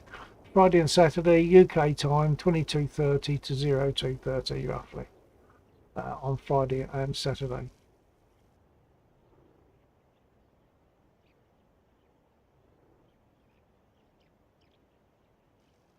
It's not so much a repair as a total and utter rebuild. In fact, it's chuck it away and go and buy a new one, isn't it?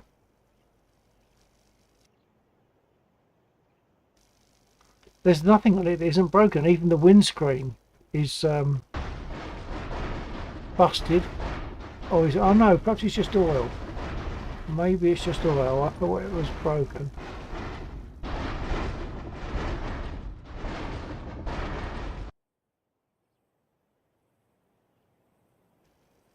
I'll get another sup of me beer in before I take off. If I take off, I should take off. I've got 8 people. I really hate the idea of going when there's people viewing, so I'm gonna have to do something.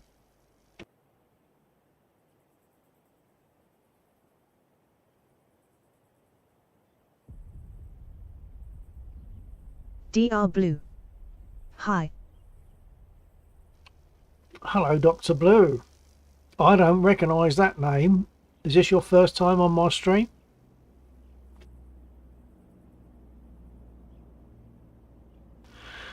As you can see, Dr. Blue, I'm in a mess. They say they're going to repair me. Repair will start in 20 seconds time. Mikey and the repair Delta itself takes a underscore short time. DCS.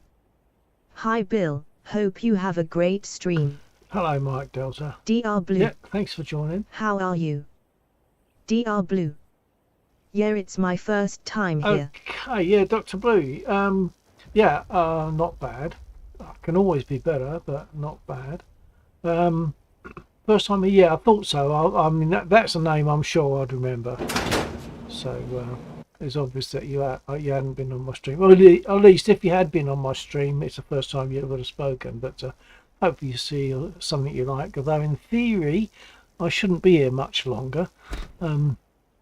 But I'm going to do something. I've got people watching. I'm not going to suddenly disappear. So I think it's a long old taxi. I might even use this taxiway for takeoff, which is a bit novelty. But well, let's have a look. Let's get the engine started, and we'll see.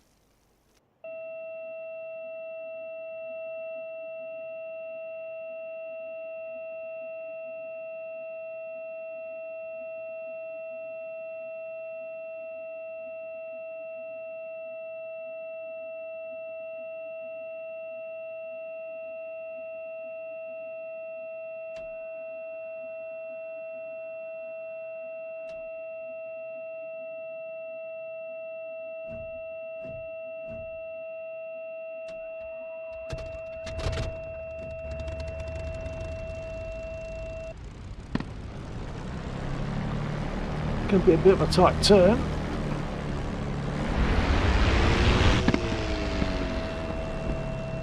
Mikey Delta underscore DCS. Have a good flight. Good night to you and one and all. Thank you, Mike. Thanks for being there. Catch you again another time. Yeah, same to you. Take care, mate. TTFN.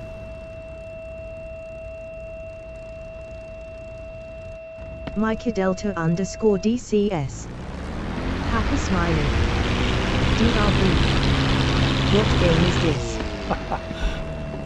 This is DCS, Dr. Blue, Digital Combat Simulator.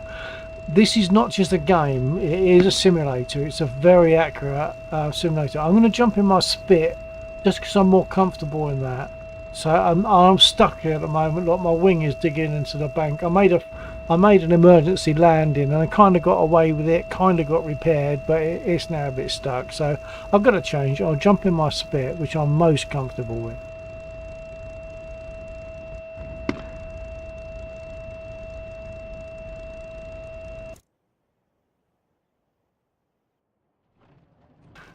Now this is where I'm most comfortable. So let's just take a look at this little darling. The most lovely aircraft ever. I've got a few people watching, so I'm going to give a few seconds, but does anyone want me to talk through startup, or just carry on and not talk through it? Obviously that takes a little bit longer if I'm talking through it. But yeah, so Dr. Blue, this is a very accurate simulator. The thing is that basically if I was to get into, this is a Mark 9 Spitfire, starting it up, etc. If I was to jump into a real Mark 9, I should be able to start it up from DR this. Blue. That is one nice plane. It's the best plane of all time, and it can't be equaled, because they're never gonna build such a thing again. There's never going to be a need for it, not for this, not for a piston engine aircraft. So I'll just go through it. I won't worry to talk too much about it because it can take more time.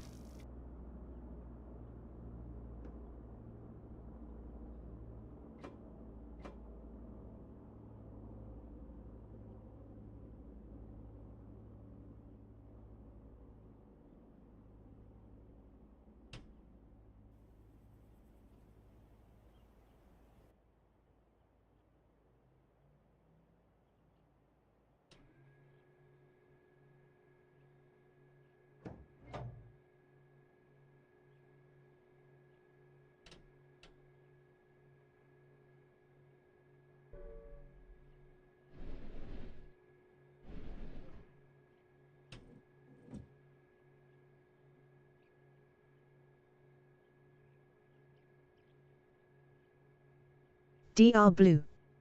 I think I tried this simulator once but I did not know how it worked, so I uninstalled it. Well, that's a real pity, Dr. Blue, because this is the best. It really is.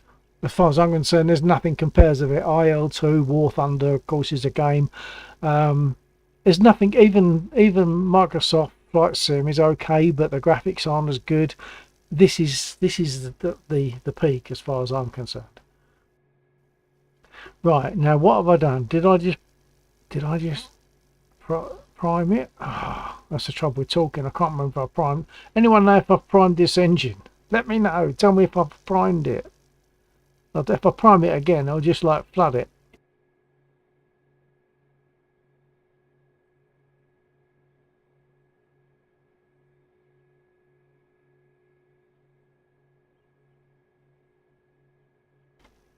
I have a feeling that I didn't prime it. I'm going to take a chance and prime it. DR Blue. You rotated the thing under. What, this that I'm circling now? DR Blue. I don't know how it's calls. So was it this bit that I rotated? Or are you talking about some other thing? I'll tell you what, I've given it 3 pumps. DR Blue. Yeah. It was that. Okay, alright. So we might be a little bit flooded. We might get a bit of a flamey startup. So let's see. I'll crack the throttle. I've got the fuel pump on. I've got the fuel cock open. I've got the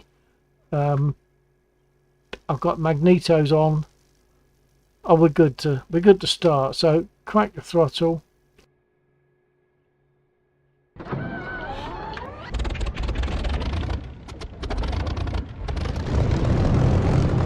Okay, got away with it, even if I did overprime it. I'm now going to set the altimeter and the trims.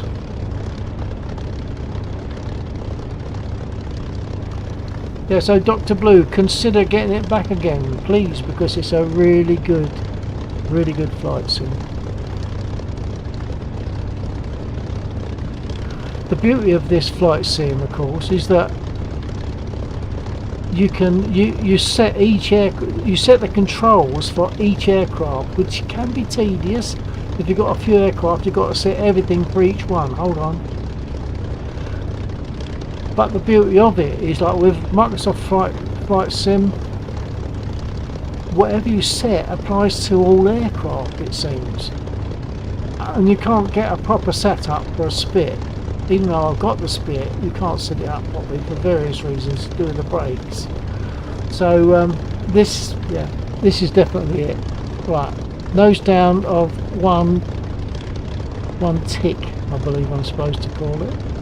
So adjust the rudder trim.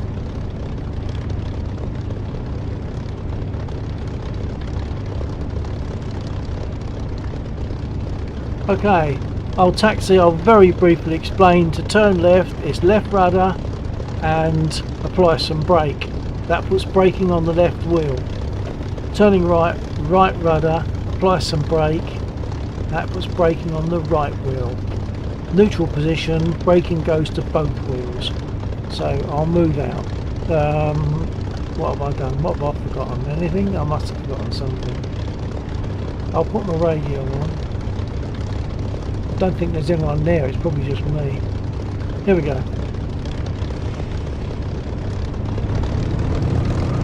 The sound of this engine is from Echo 19, and I'm gonna sound like an advert, but it's really good.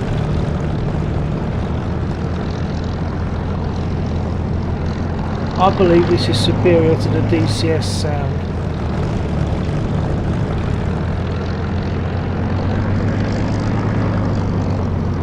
And the sound of this engine is a mod, and you just you download it, and this is actually free, and you get the option to make a donation, which I did because I think it's superb and it needs the support.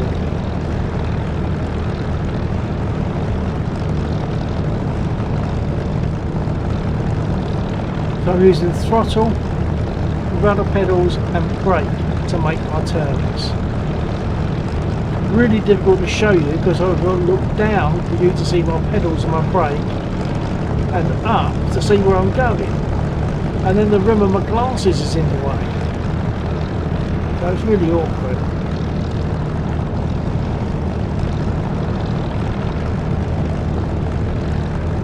DR Blue. Is the flying itself hard? No, the flying itself is okay. The difficult part, well, it's awkward. The taxiing in the Spitfire anyway. I'm just going to talk about Spitfire for now. But because the Spitfire doesn't have toe brakes, you've got this thing like, if I tilt my toes forward, nothing happens on those rudder pedals, whereas with a P51 or whatever, it will tilt forward and it'll put braking on whichever one you're on the whichever wheel you're putting the rudder down, putting the braking on. Here it doesn't work like that. So to turn onto the runway now, I'm going to give it right rudder and apply some braking so that the braking goes to the right wheel and it slews me round. But the flying is easy. The taxiing is uncomfortable.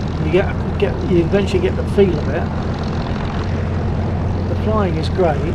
Takeoff, once again, I'm going to talk a little bit about takeoff. Takeoff is more awkward, and with a Spitfire, you have, when you come into land, you haven't landed just because your wheels are on the runway. No way, headroom. You've not landed in a Spitfire until you've stopped moving, to be honest, because once your wheels touch down, she wants to go all over the place. There's a lady that made a famous quote. I don't think she invented the quote, but she did make a quote of the Spit is a lady in the air, but she's a bitch on the ground. And that's the fact, that she's not nice to handle on the ground, but she's lovely to fly. Okay, let's straighten up a little bit.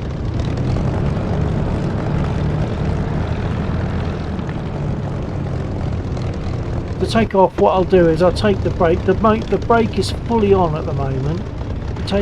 I'll take off the brake. I'll pull the stick fully back, full right aileron. I'll put the pilot in place. Ballistic, actually.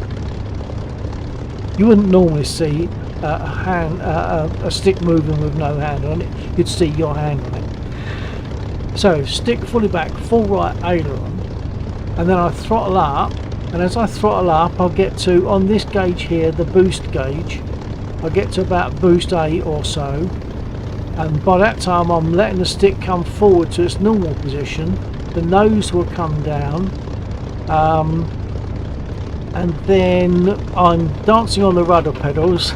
You can hear them clattering away. I'll be dancing on the rudder pedals to keep us straight during takeoff. When we get to about 85-90 miles an hour over here on the airspeed indicator, I'll rotate, so stick back, and as we take off, then the gear comes up, and then, rightly or wrongly, I tend to trim the aircraft a little bit. At the moment, you'll see that we are one tick of nose down. Once we've taken off, I'll change that to one tick of nose up. to there, but for normal flight.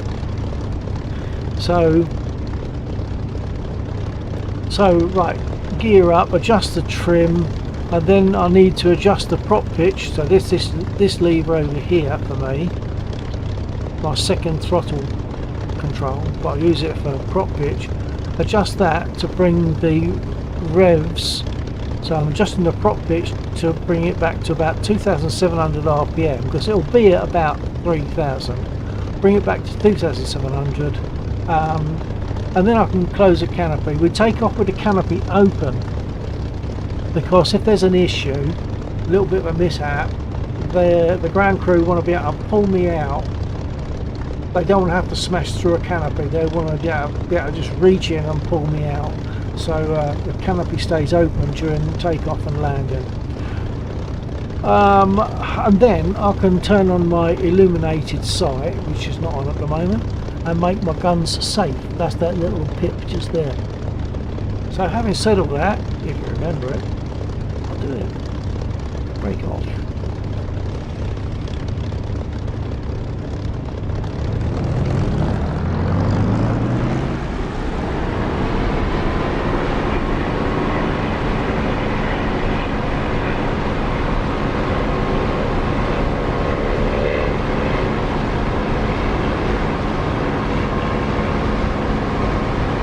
Going up.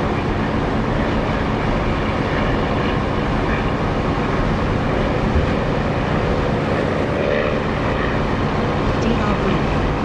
I feel like I'm in flight school, ha ha ha. No, I like the explanation of everything.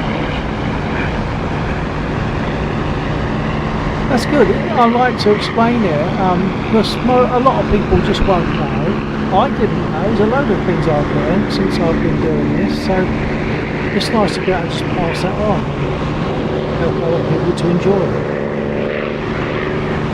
Okay, so because I'm talking, I'm not doing the stuff I'm supposed to be doing. I'll close the canopy because I'm supposed to, but I love the sound of this Echo 19 engine with the canopy open. I just love it.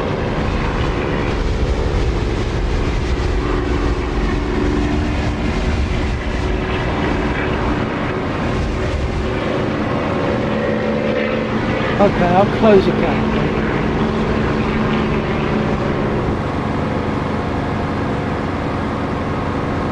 I'll climb to a couple of thousand feet where I'm pretty much up there already, and then I'll make an invert. So I'll invert and pull the stick back to make a 180 degree turn. So let's get level. Oh, I'll put my sight on because I forgot.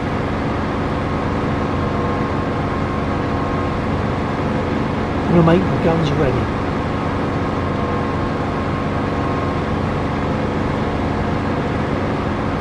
Okay, I'll make that 180 by inverting.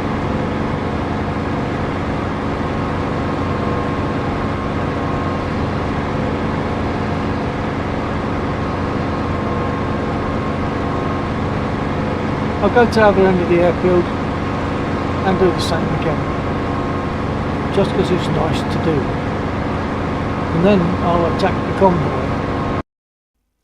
There's a couple there.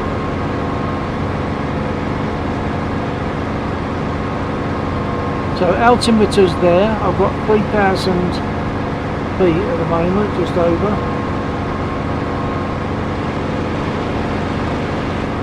So I'll invert, pull the stick back and do my 180 turn.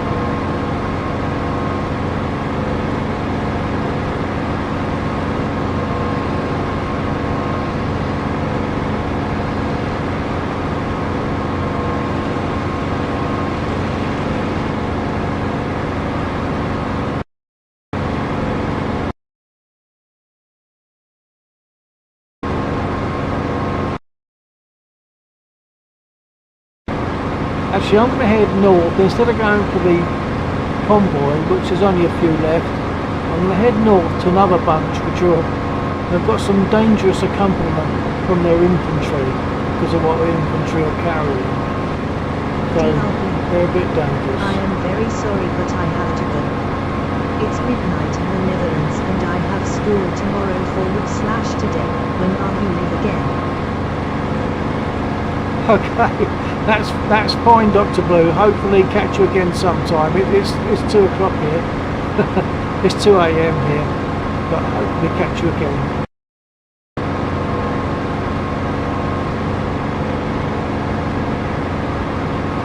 And hope you've enjoyed stuff here tonight.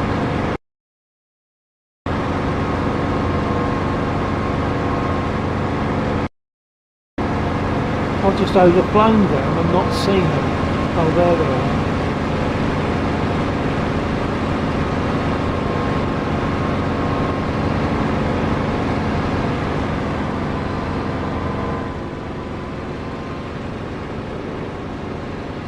DR Blue. Okay, have a great day. See you next time. Sure thing, Dr. Blue. Take care now. Thanks for being there. TTFN.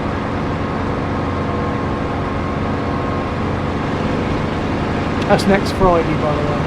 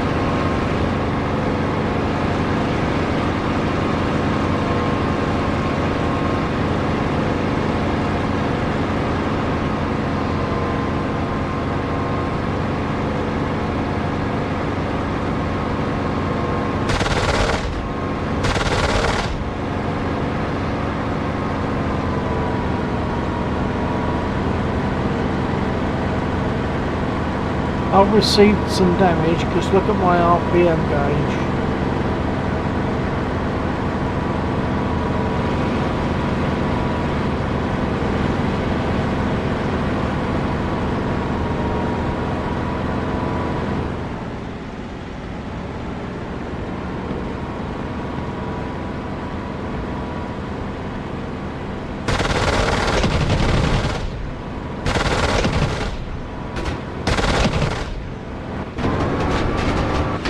Whoa! Hear that heartbeat? Pilot's been hit. And the engine's not in very good nick either. I'm going to have to pancake. Flaps are down, but I won't put gear down because that'll just make me nose over in the grass on the Spitfire.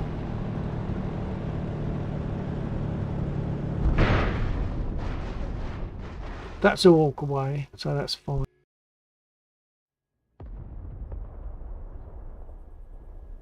So let's actually do it.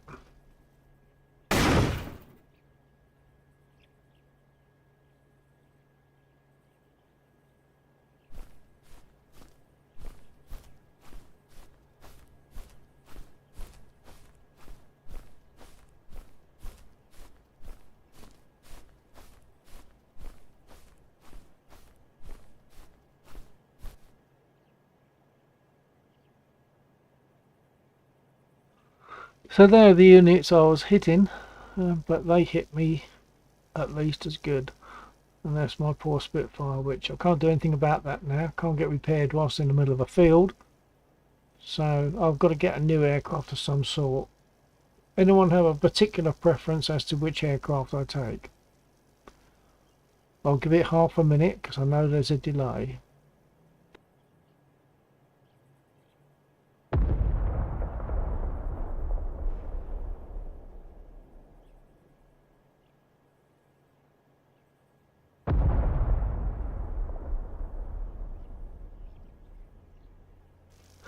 And thank you, by the way, for the for the people from Twitch that have joined me tonight. I know that they probably joined me because they finished watching Laxor's stream, but that's good enough.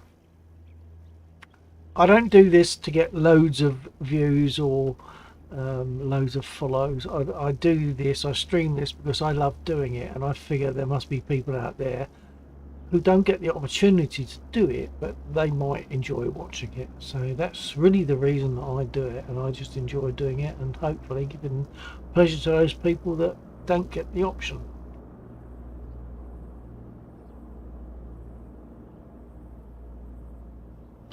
Okay, no one's come back about a particular aircraft, so I'll reselect an aircraft, and I don't know what yet.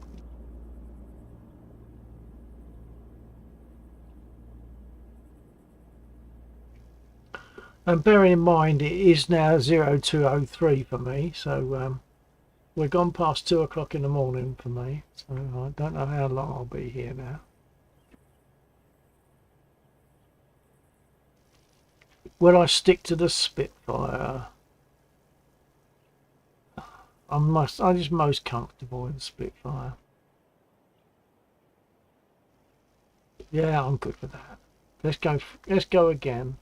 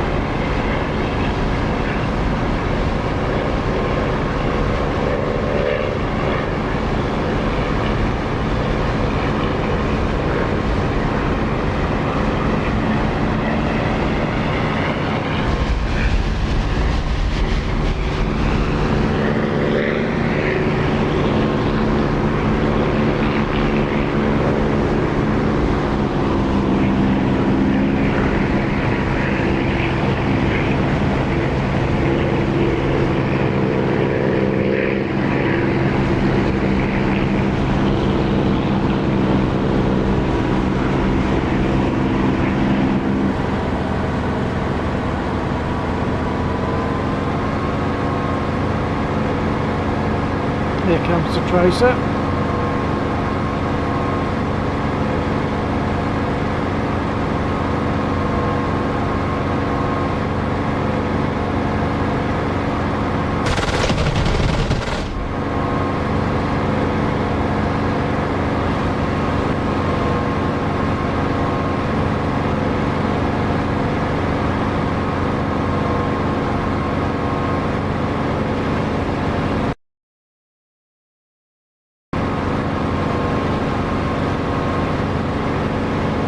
There's only one left,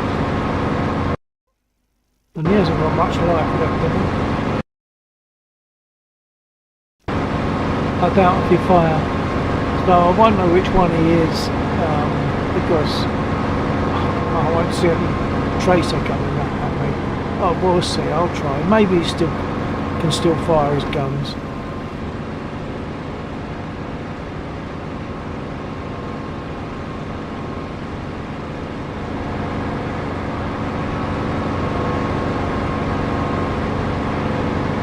No.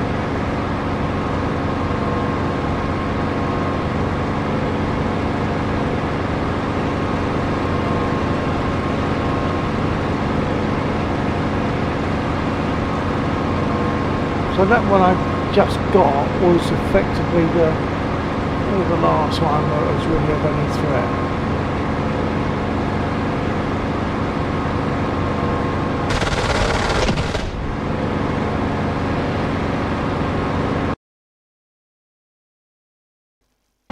There's an A20, I could go for that.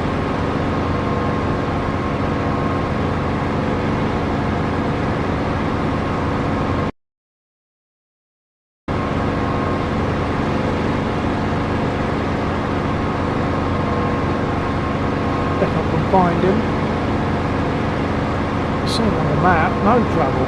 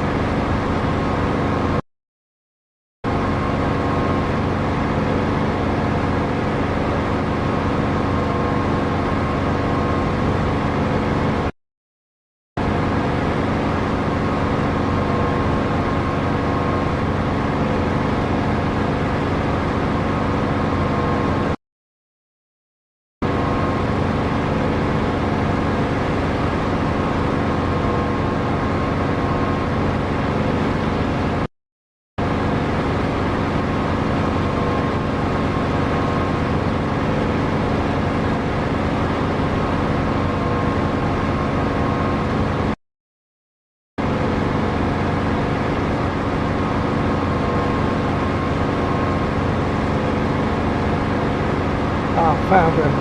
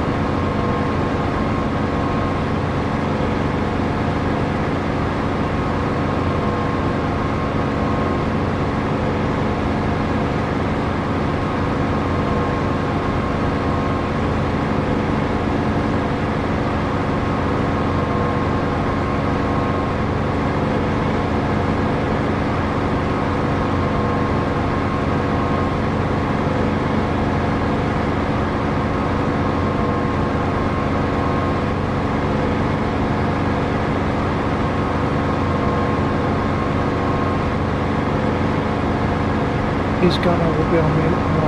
There we are, as I speak.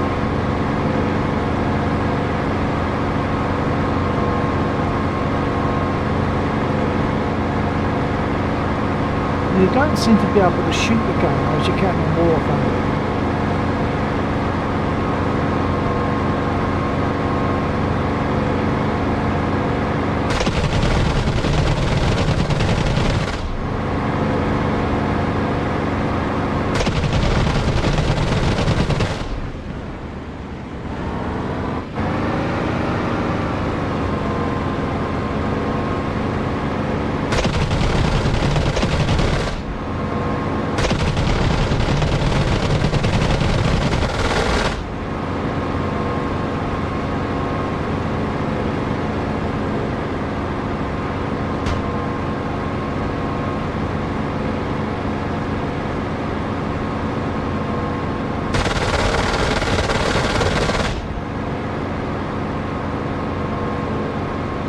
bailed out by the looks of it.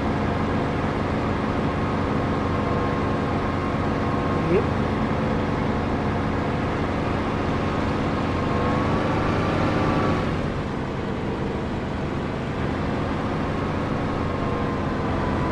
I'm pretty close to being out of ammo, so I'll go back and at least think about getting rearmed.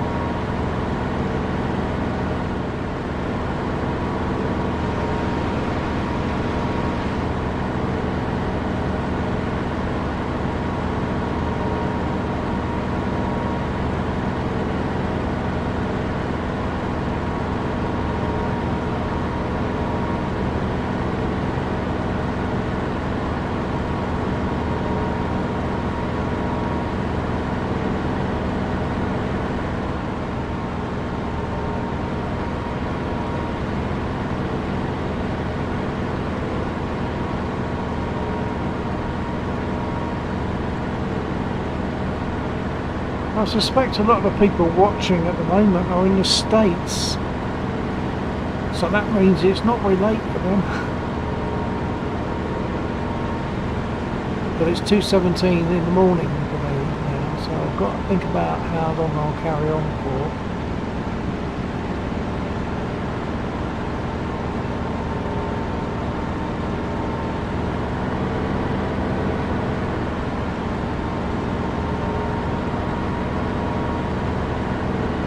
Okay, procedure for landing now is going to be for me is open the canopy and put prop pitch fully fine and gear down the flapstack.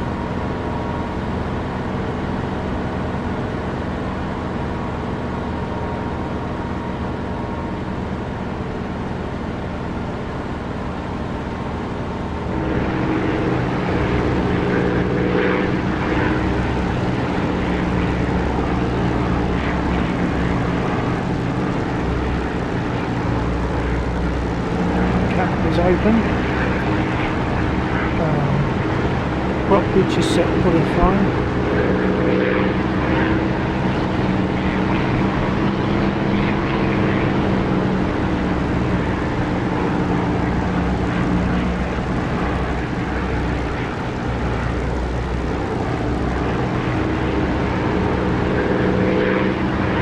Gear down very soon.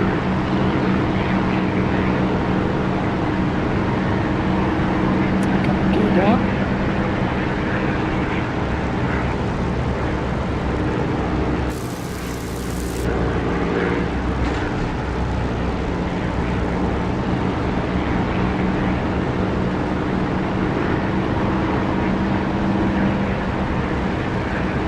And flaps.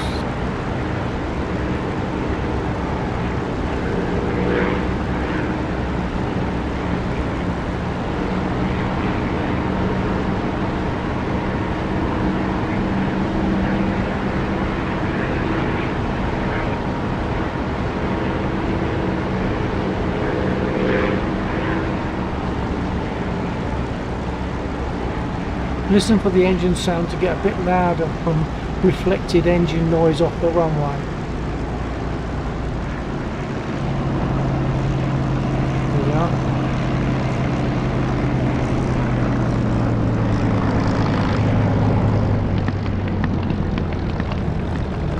That was a smooth landing, but you haven't landed until you've stopped. Minus bit forward.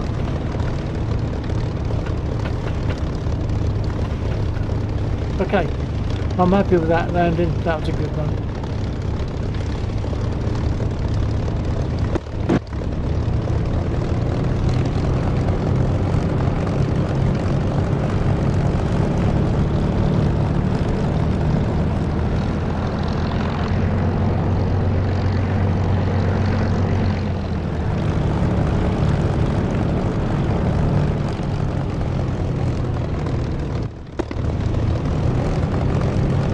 If anyone would particularly like me to do another flight, please let me know in the chat.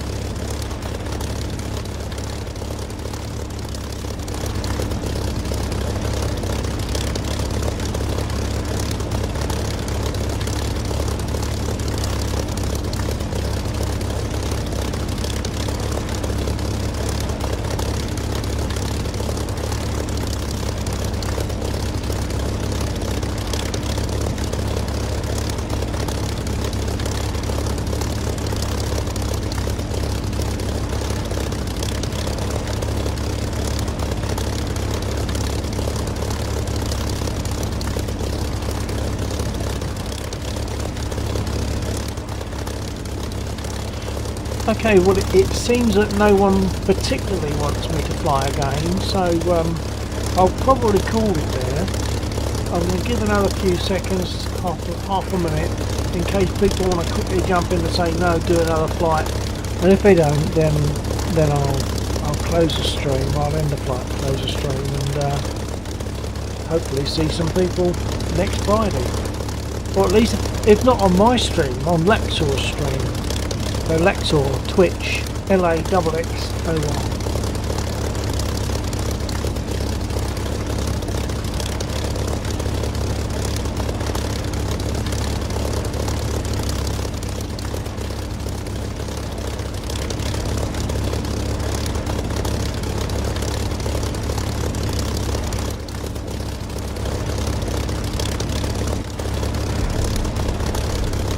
Had a few people in tonight. At the moment, that's only me. The rest have finally gone.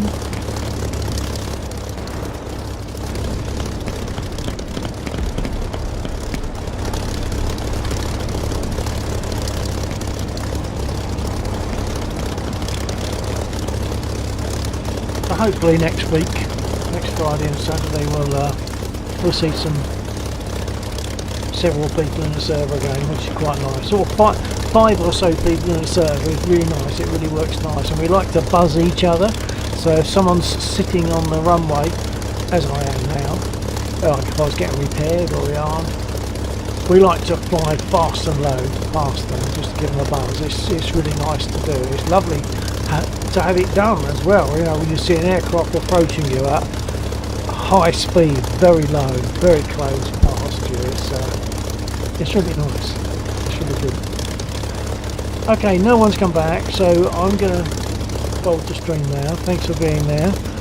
Hopefully catch some people next Friday, as from about 22:30-ish or later on next Friday. It's 22:30 UK time next Friday. Take care. Catch you again another time. BTFM.